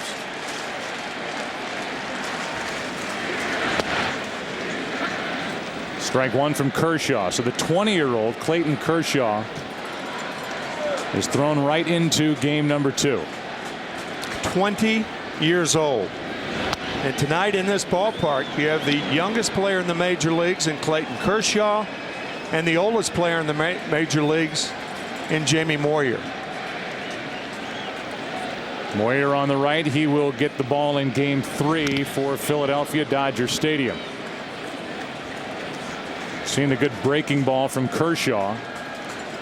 Born in Dallas, Texas, 6'3", 220, and for a guy who's 20 years old, start to think about the future out in front of him if he can stay healthy. And there's Moyer, 45. He's still doing his thing. Rollins missed it, and that will be out number 2. He tried to plead his case with a home plate umpire, Jerry Meals. Never moved out of the batter's box. Russell Martin got a perfect carom and threw him out. Russell Martin has to cross the plate. It's off the webbing of the glove. Had Rollins run right away, it would have been a tough play on Martin's part. But you're right. He said to Jerry Meals that he probably foul-tipped the ball. Martin alertly recovered, threw to first to get him. That's 4 strikeouts tonight for Jimmy Rollins. And it looked like Meals made the right call. What they heard at the plate was the ball tipping off the glove of Martin. Big curveball stays up. And Victorino, who made that catch to end the top of this 7th inning with these fans holding their breath. Pops it up. That was quick and easy. As for Call, takes it. And the 20-year-old Kershaw gets it done. We go to the 8th inning. Dodgers bat down 3.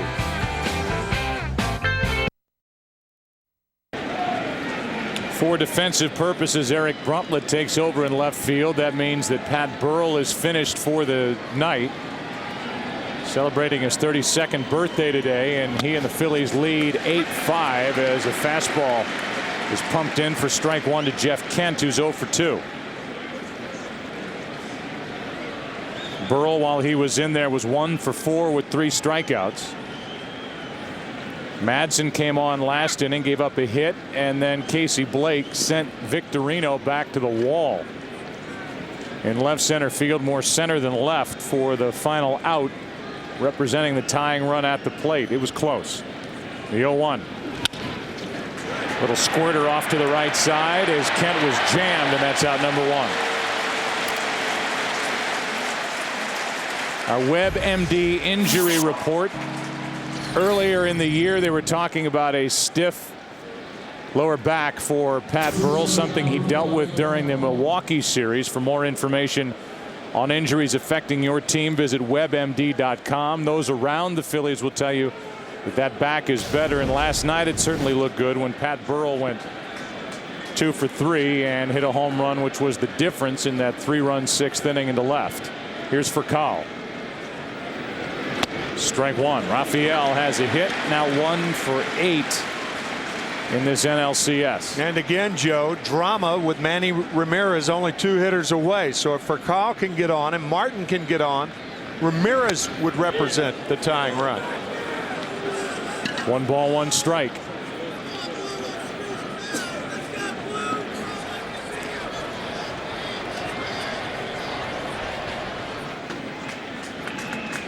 With 1 out, nobody on, there's strike 2. Another good fastball from Madsen. We talked about it last night. Ryan Madsen with the best changeup on the Phillies staff.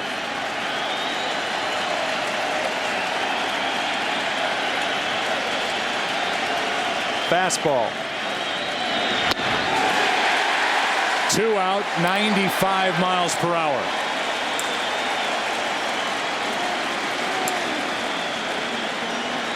Reason you know that a catcher sets up inside, it's got to be a fastball.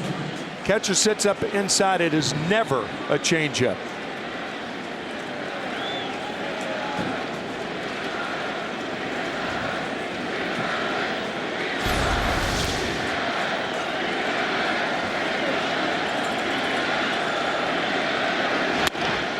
Ties up Martin, who goes around, strike 1. Ken Rosenthal, it seems like Ryan Madsen, since settling into the primary setup relief role, has really added some velocity. He has, Joe. He's jumped from about 92 to 94 earlier in the season to 96, 97 at times. In part, it's mechanical. In part, it's just that he's pitching 1 inning now and not multiple innings. And he also says, I see the finish line. He's letting it go.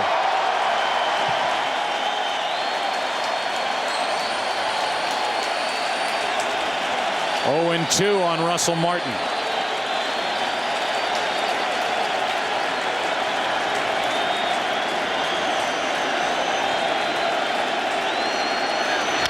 Good swing by Martin and a foul straight back. 96.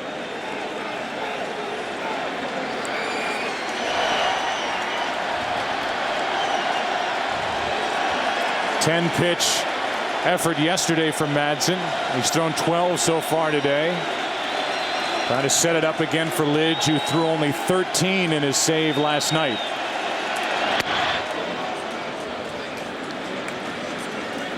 Ball 1.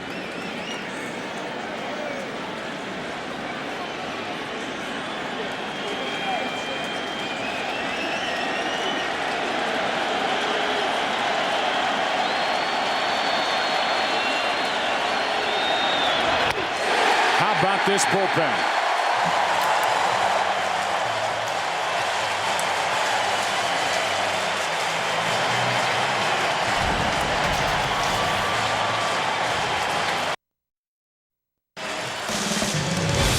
Today's game on Fox, sponsored by Sharp Aquas LCD TVs. Change your TV, change your life. By Prescription Flomax.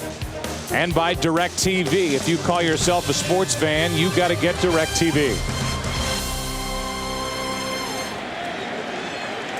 Bottom of the 8th inning, and Clayton Kershaw, who had a quick and easy 7th, will work to the heart of this Philadelphia lineup. Chase Utley, who has walked 4 times. That ties an LCS record. Last one to do it, the late Ken Caminiti, and there's Brad Lidge getting loose. Kershaw misses with ball 1. Utley, then Howard, then the number 5 spot in this lineup, Eric Bruntlett.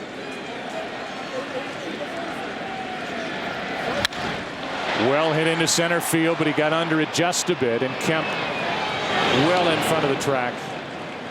Hauls it in. Utley retired for the first time tonight. The replay sequence brought to you by BlackBerry. BlackBerry on your game, and the unlikely hitting hero for the Phillies. In all of the hits, which box do you want to pick?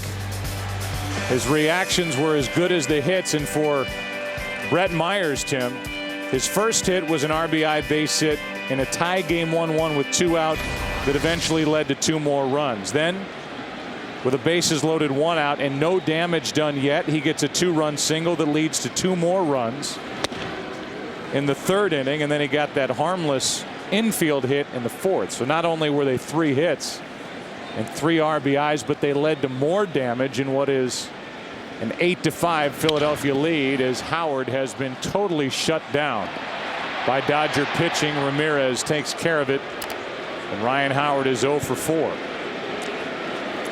And if Philly fans and players are worried about Manny Ramirez, he leads off the 9th inning. So the Phillies, with a 3-run lead, will face Manny Ramirez, one of the few times that they face him from the windup. So Brad Lidge against Ramirez to open the 9th. Here's Bruntlett, 2 out, nobody on.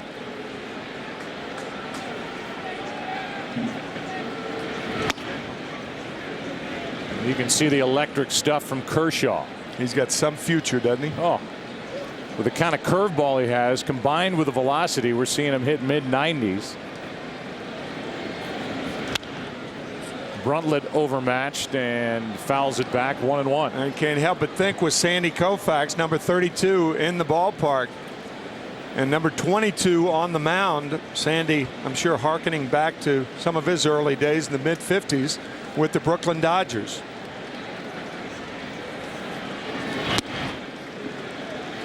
Two balls and a strike. There's Sandy, who's 72 years old, by the way. Oh, my gosh. From 1962 to 66 was 111 and 34. And won a major league record 5 straight ERA titles. That is dominance. Probably the best 6 years, consecutive years in the history of the game for any pitcher. 3 Cy Young awards when only 1 Cy Young award was given for both leagues. Now, of course, 2 are. That is high, and with 2 out, a walk. 1 for the National League, 1 for the American League. You got to think that Clayton Kershaw has the mentality and the stuff to perhaps win a Cy Young award someday. Well, only 1 bump in the road for Clayton Kershaw. It's a 2-out walk, and that's going to be the end of his night. So Corey Wade takes over. We'll deal with Jason Worth when we come back. We're in the bottom of the 8th.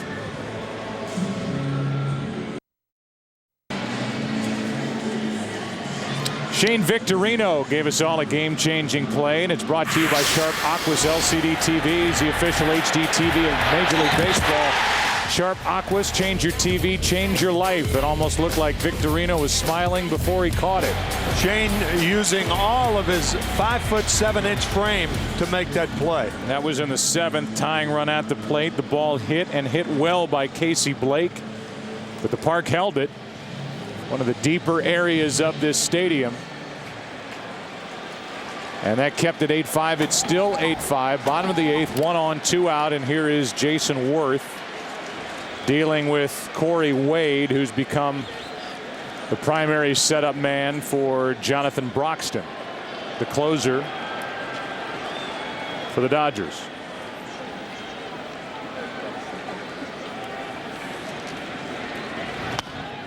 Right down the middle, strike one. Yeah, Wade not a hard thrower, but a guy with impeccable control, can paint the corners. Started the season at Double-A, and in his last 15 games of the season settled into this role and had an ERA of under 1.5. He fools Jason Worth, and that's strike two. There's a running situation right now. 0-2, 2 outs. Good breaking ball from Wade. Brundle with good speed at first base. Whether they pitch out or not, you just got to go right here. That's Brundle who draws a throw from Corey Wade. Brundle walked, and that was it for Kershaw, who went an inning and 2/3, a strikeout and a walk.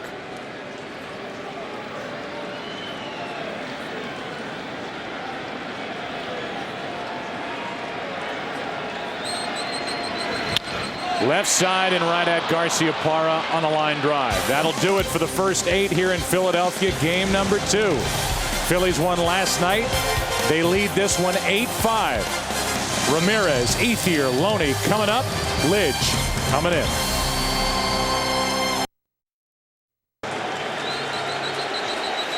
Coming up next on Fox, except on the West Coast, right after baseball. Are you smarter than a 5th grader? And don't forget the lyrics.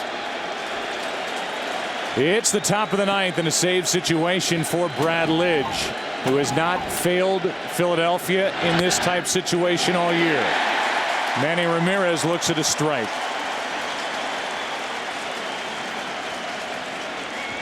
Three for 3 in the postseason, 41 for 41 during the regular season. 3, 4, 5 hitters for the Dodgers.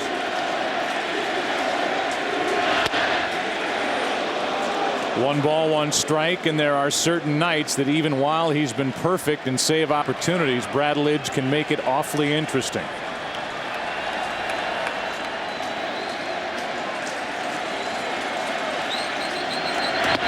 Ball 2. One thing you cannot do is walk Manny Ramirez. It's a totally different mindset with Ramirez leading off in the 9th inning and the Phillies up by 3.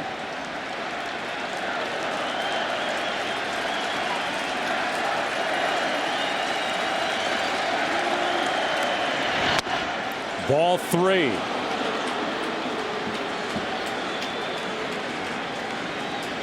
You're in the rare position where you have to challenge Manny Ramirez. Walks with a 3-run lead, a no-no.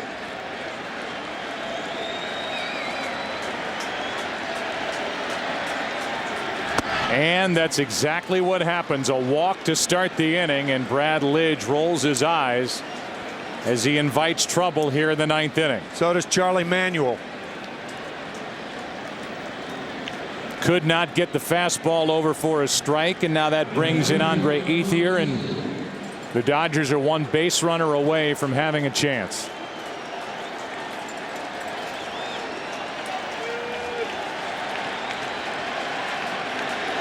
If it happens here in the 9th now, it'll be the kids that set it up. Ethier now, then Loney and Kemp. Strike 1.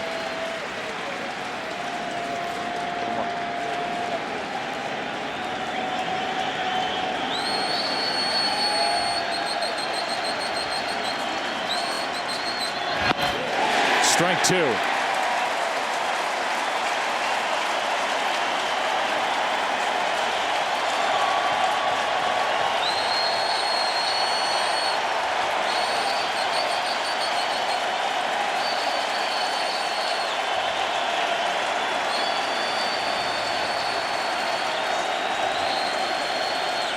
Ramirez takes second as Ethier strikes out.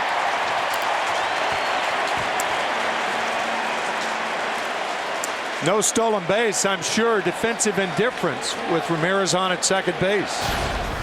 Howard way behind Ramirez, and that devastating slider going down gets Ethier.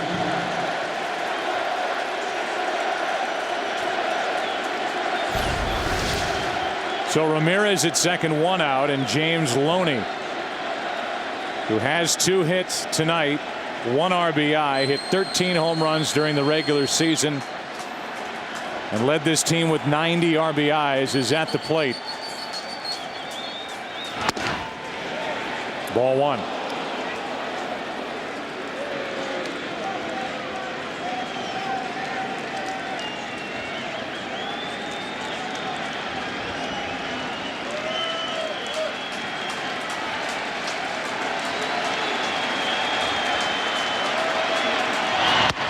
Ball 2. Same is true for James Loney. No walks.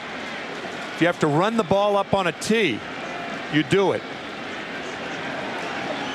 Because the Phillies are up by 3, and if Loney pops one, it's only a 2-run homer.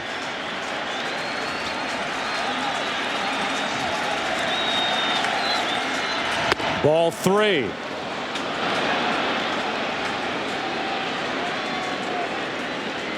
And this crowd just let out a groan when that thing sailed high and wide. 3-0 with Matt Kemp next.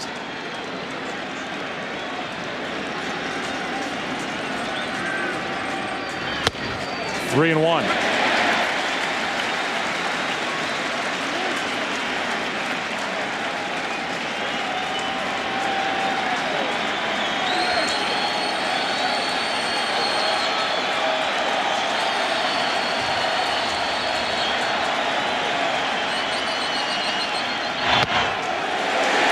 Full count.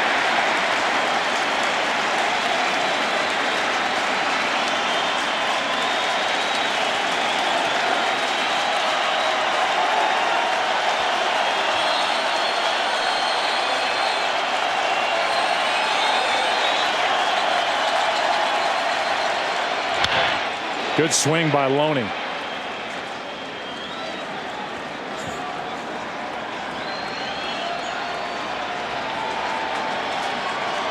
A Phillies club that during the season 79-0 when leading after 8, 4-0 when leading after 8 during the postseason. Another 3-2 and a walk to bring up the tying run. I question the pitch selection there. The slider almost always, if it's effective, is out of the strike zone. Lidge going to the slider to James Loney instead of the fastball. And as we said, no walks, and he's walked 2 in this inning to get the tying run up to the plate in the person of Matt Kemp. So if you go back through this game, the Dodgers got a run in the second, led 1-0, and the Phillies got 4 in the bottom of the second. The Dodgers got a run in the third to make it 4-2. Then the Phillies got 4 in the bottom of the third. Their offense has been shut down by James McDonald, Clayton Kershaw, and Wade, while the Dodgers started to peck away, and now here they sit in the 9th inning with a tying run at the plate, down 1-0 in game 2.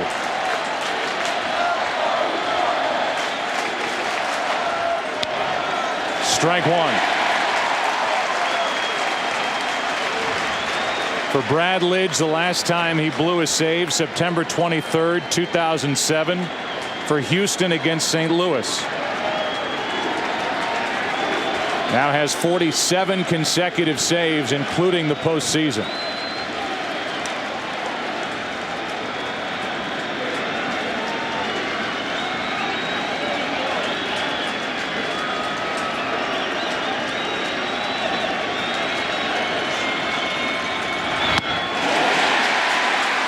Good slider for strike 2.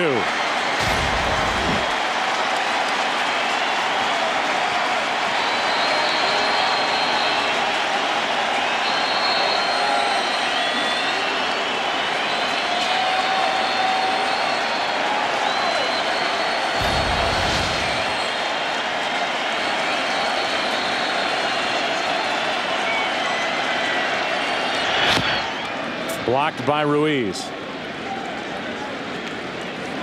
Ramirez led off the inning with a walk. Ethier struck out. Loney drew a walk. And now it's 1-2 on Kemp. Nomar Garciaparra is on deck. If you're a hitter, you can look most assuredly for the slider. But again, when it's good, it's out of the strike zone. Just got a piece.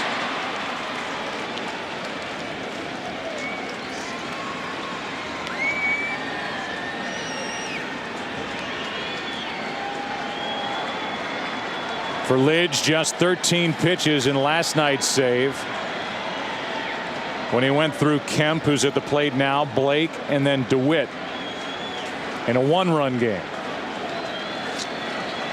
Now he leads by 3 here in the top of the 9th inning, and he has made it too interesting for these Philadelphia fans. 2 walks and a 1-2 count with 1 out on Kemp.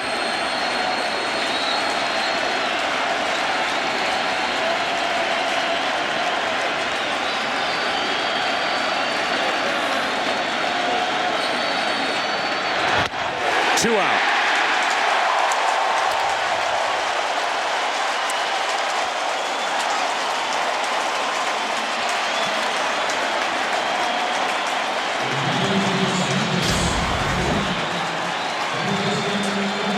No surprise there, a slider. And now Nomar Garciaparra, who won a game in Los Angeles with a walk-off home run, will be hitting. That came against the Phillies in August. Tying run at the plate, 2 on, 2 out. Garciaparra, strike 1.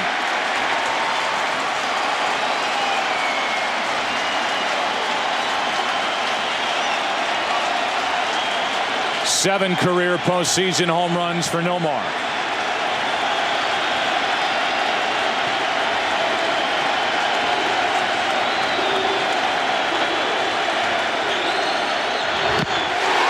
Strike 2.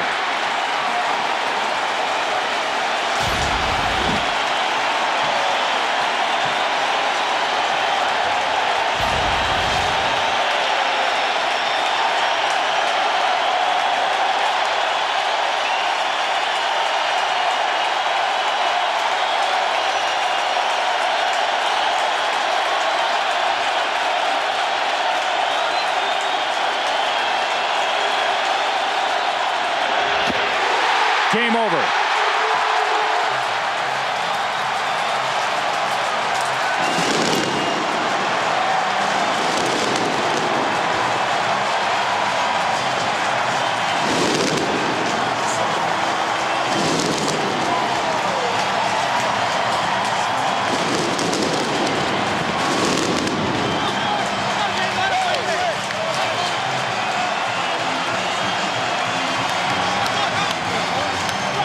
The Dodgers brought the tying run to the plate in the 7th, brought the tying run to the plate in the 9th, and at the end of a long day, a heartbreaking day for Charlie Manuel, his team gets to celebrate a 2-0 lead in the NLCS, and these were devastating sliders from Brad Lidge. All out of the strike zone to save it for Myers.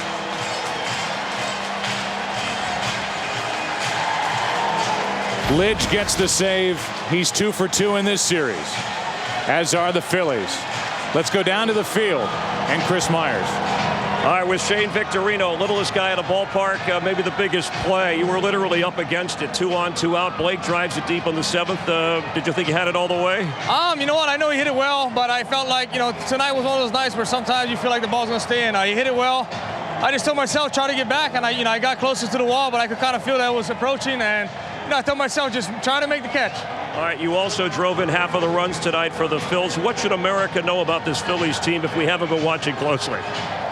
Never die attitude. I think that, we never give up. For instance, last night we were down 2-0. It seemed like momentum was, the game was quiet for us, but we found a way out. We're just basically finding a way to capitalize. Tonight we just came out and battled.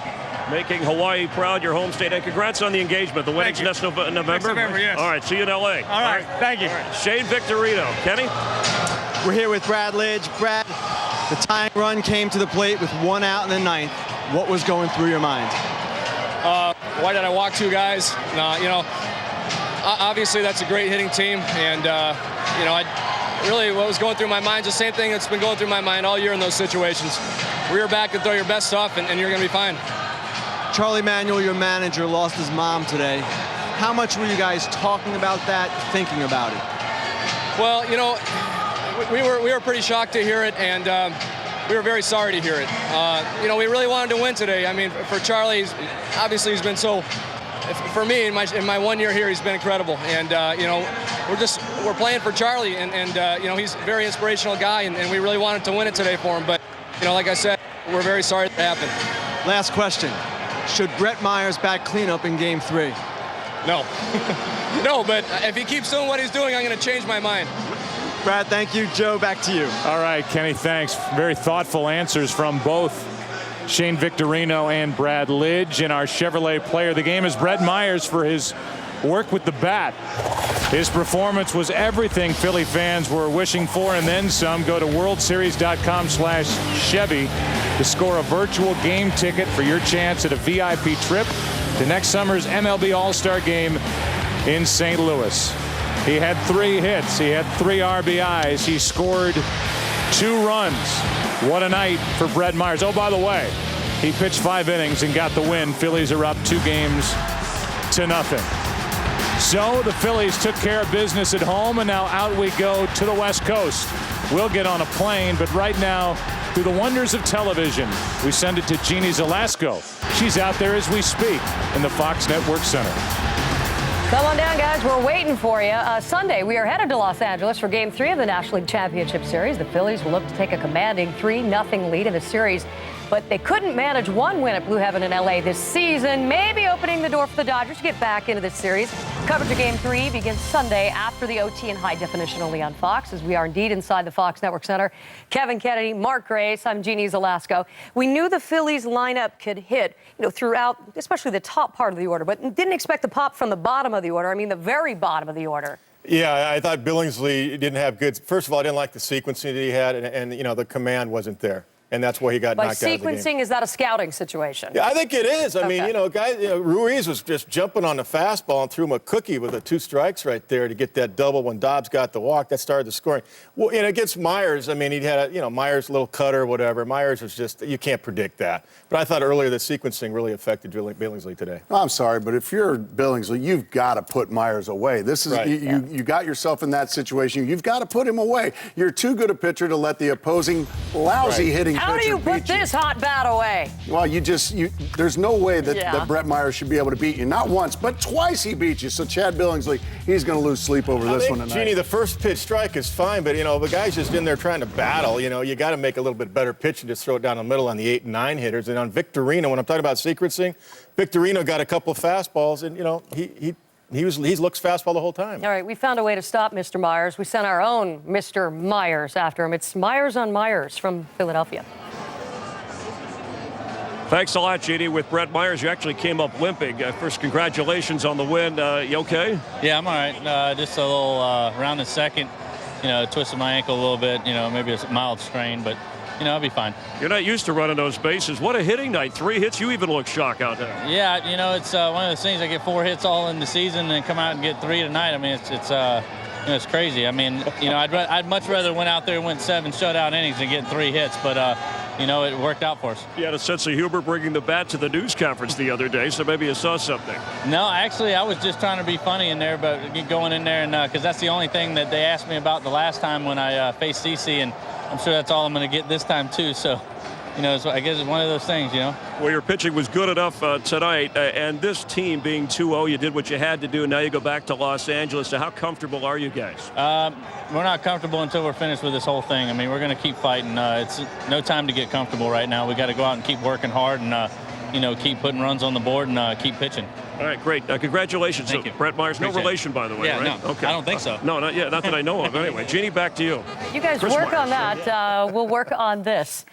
When these two teams get together, at least in this season, it happened quite often in August, the home team always won. So no heads down for Los Angeles. And there is no rule in baseball that says you have to sweep, and that's not the case here. Those were two hard-fought victories, but now it's going back to Los Angeles, a.k.a. Mannywood. Oh, yeah. And guess what? It's been a whole different story out in Los Angeles for the Philadelphia Phillies. So don't get your dauber down. Pick yourselves up and come on out. You told us before the game today is that the first two games in Arizona, the World Series in 01, you guys won that. Then you went to New York.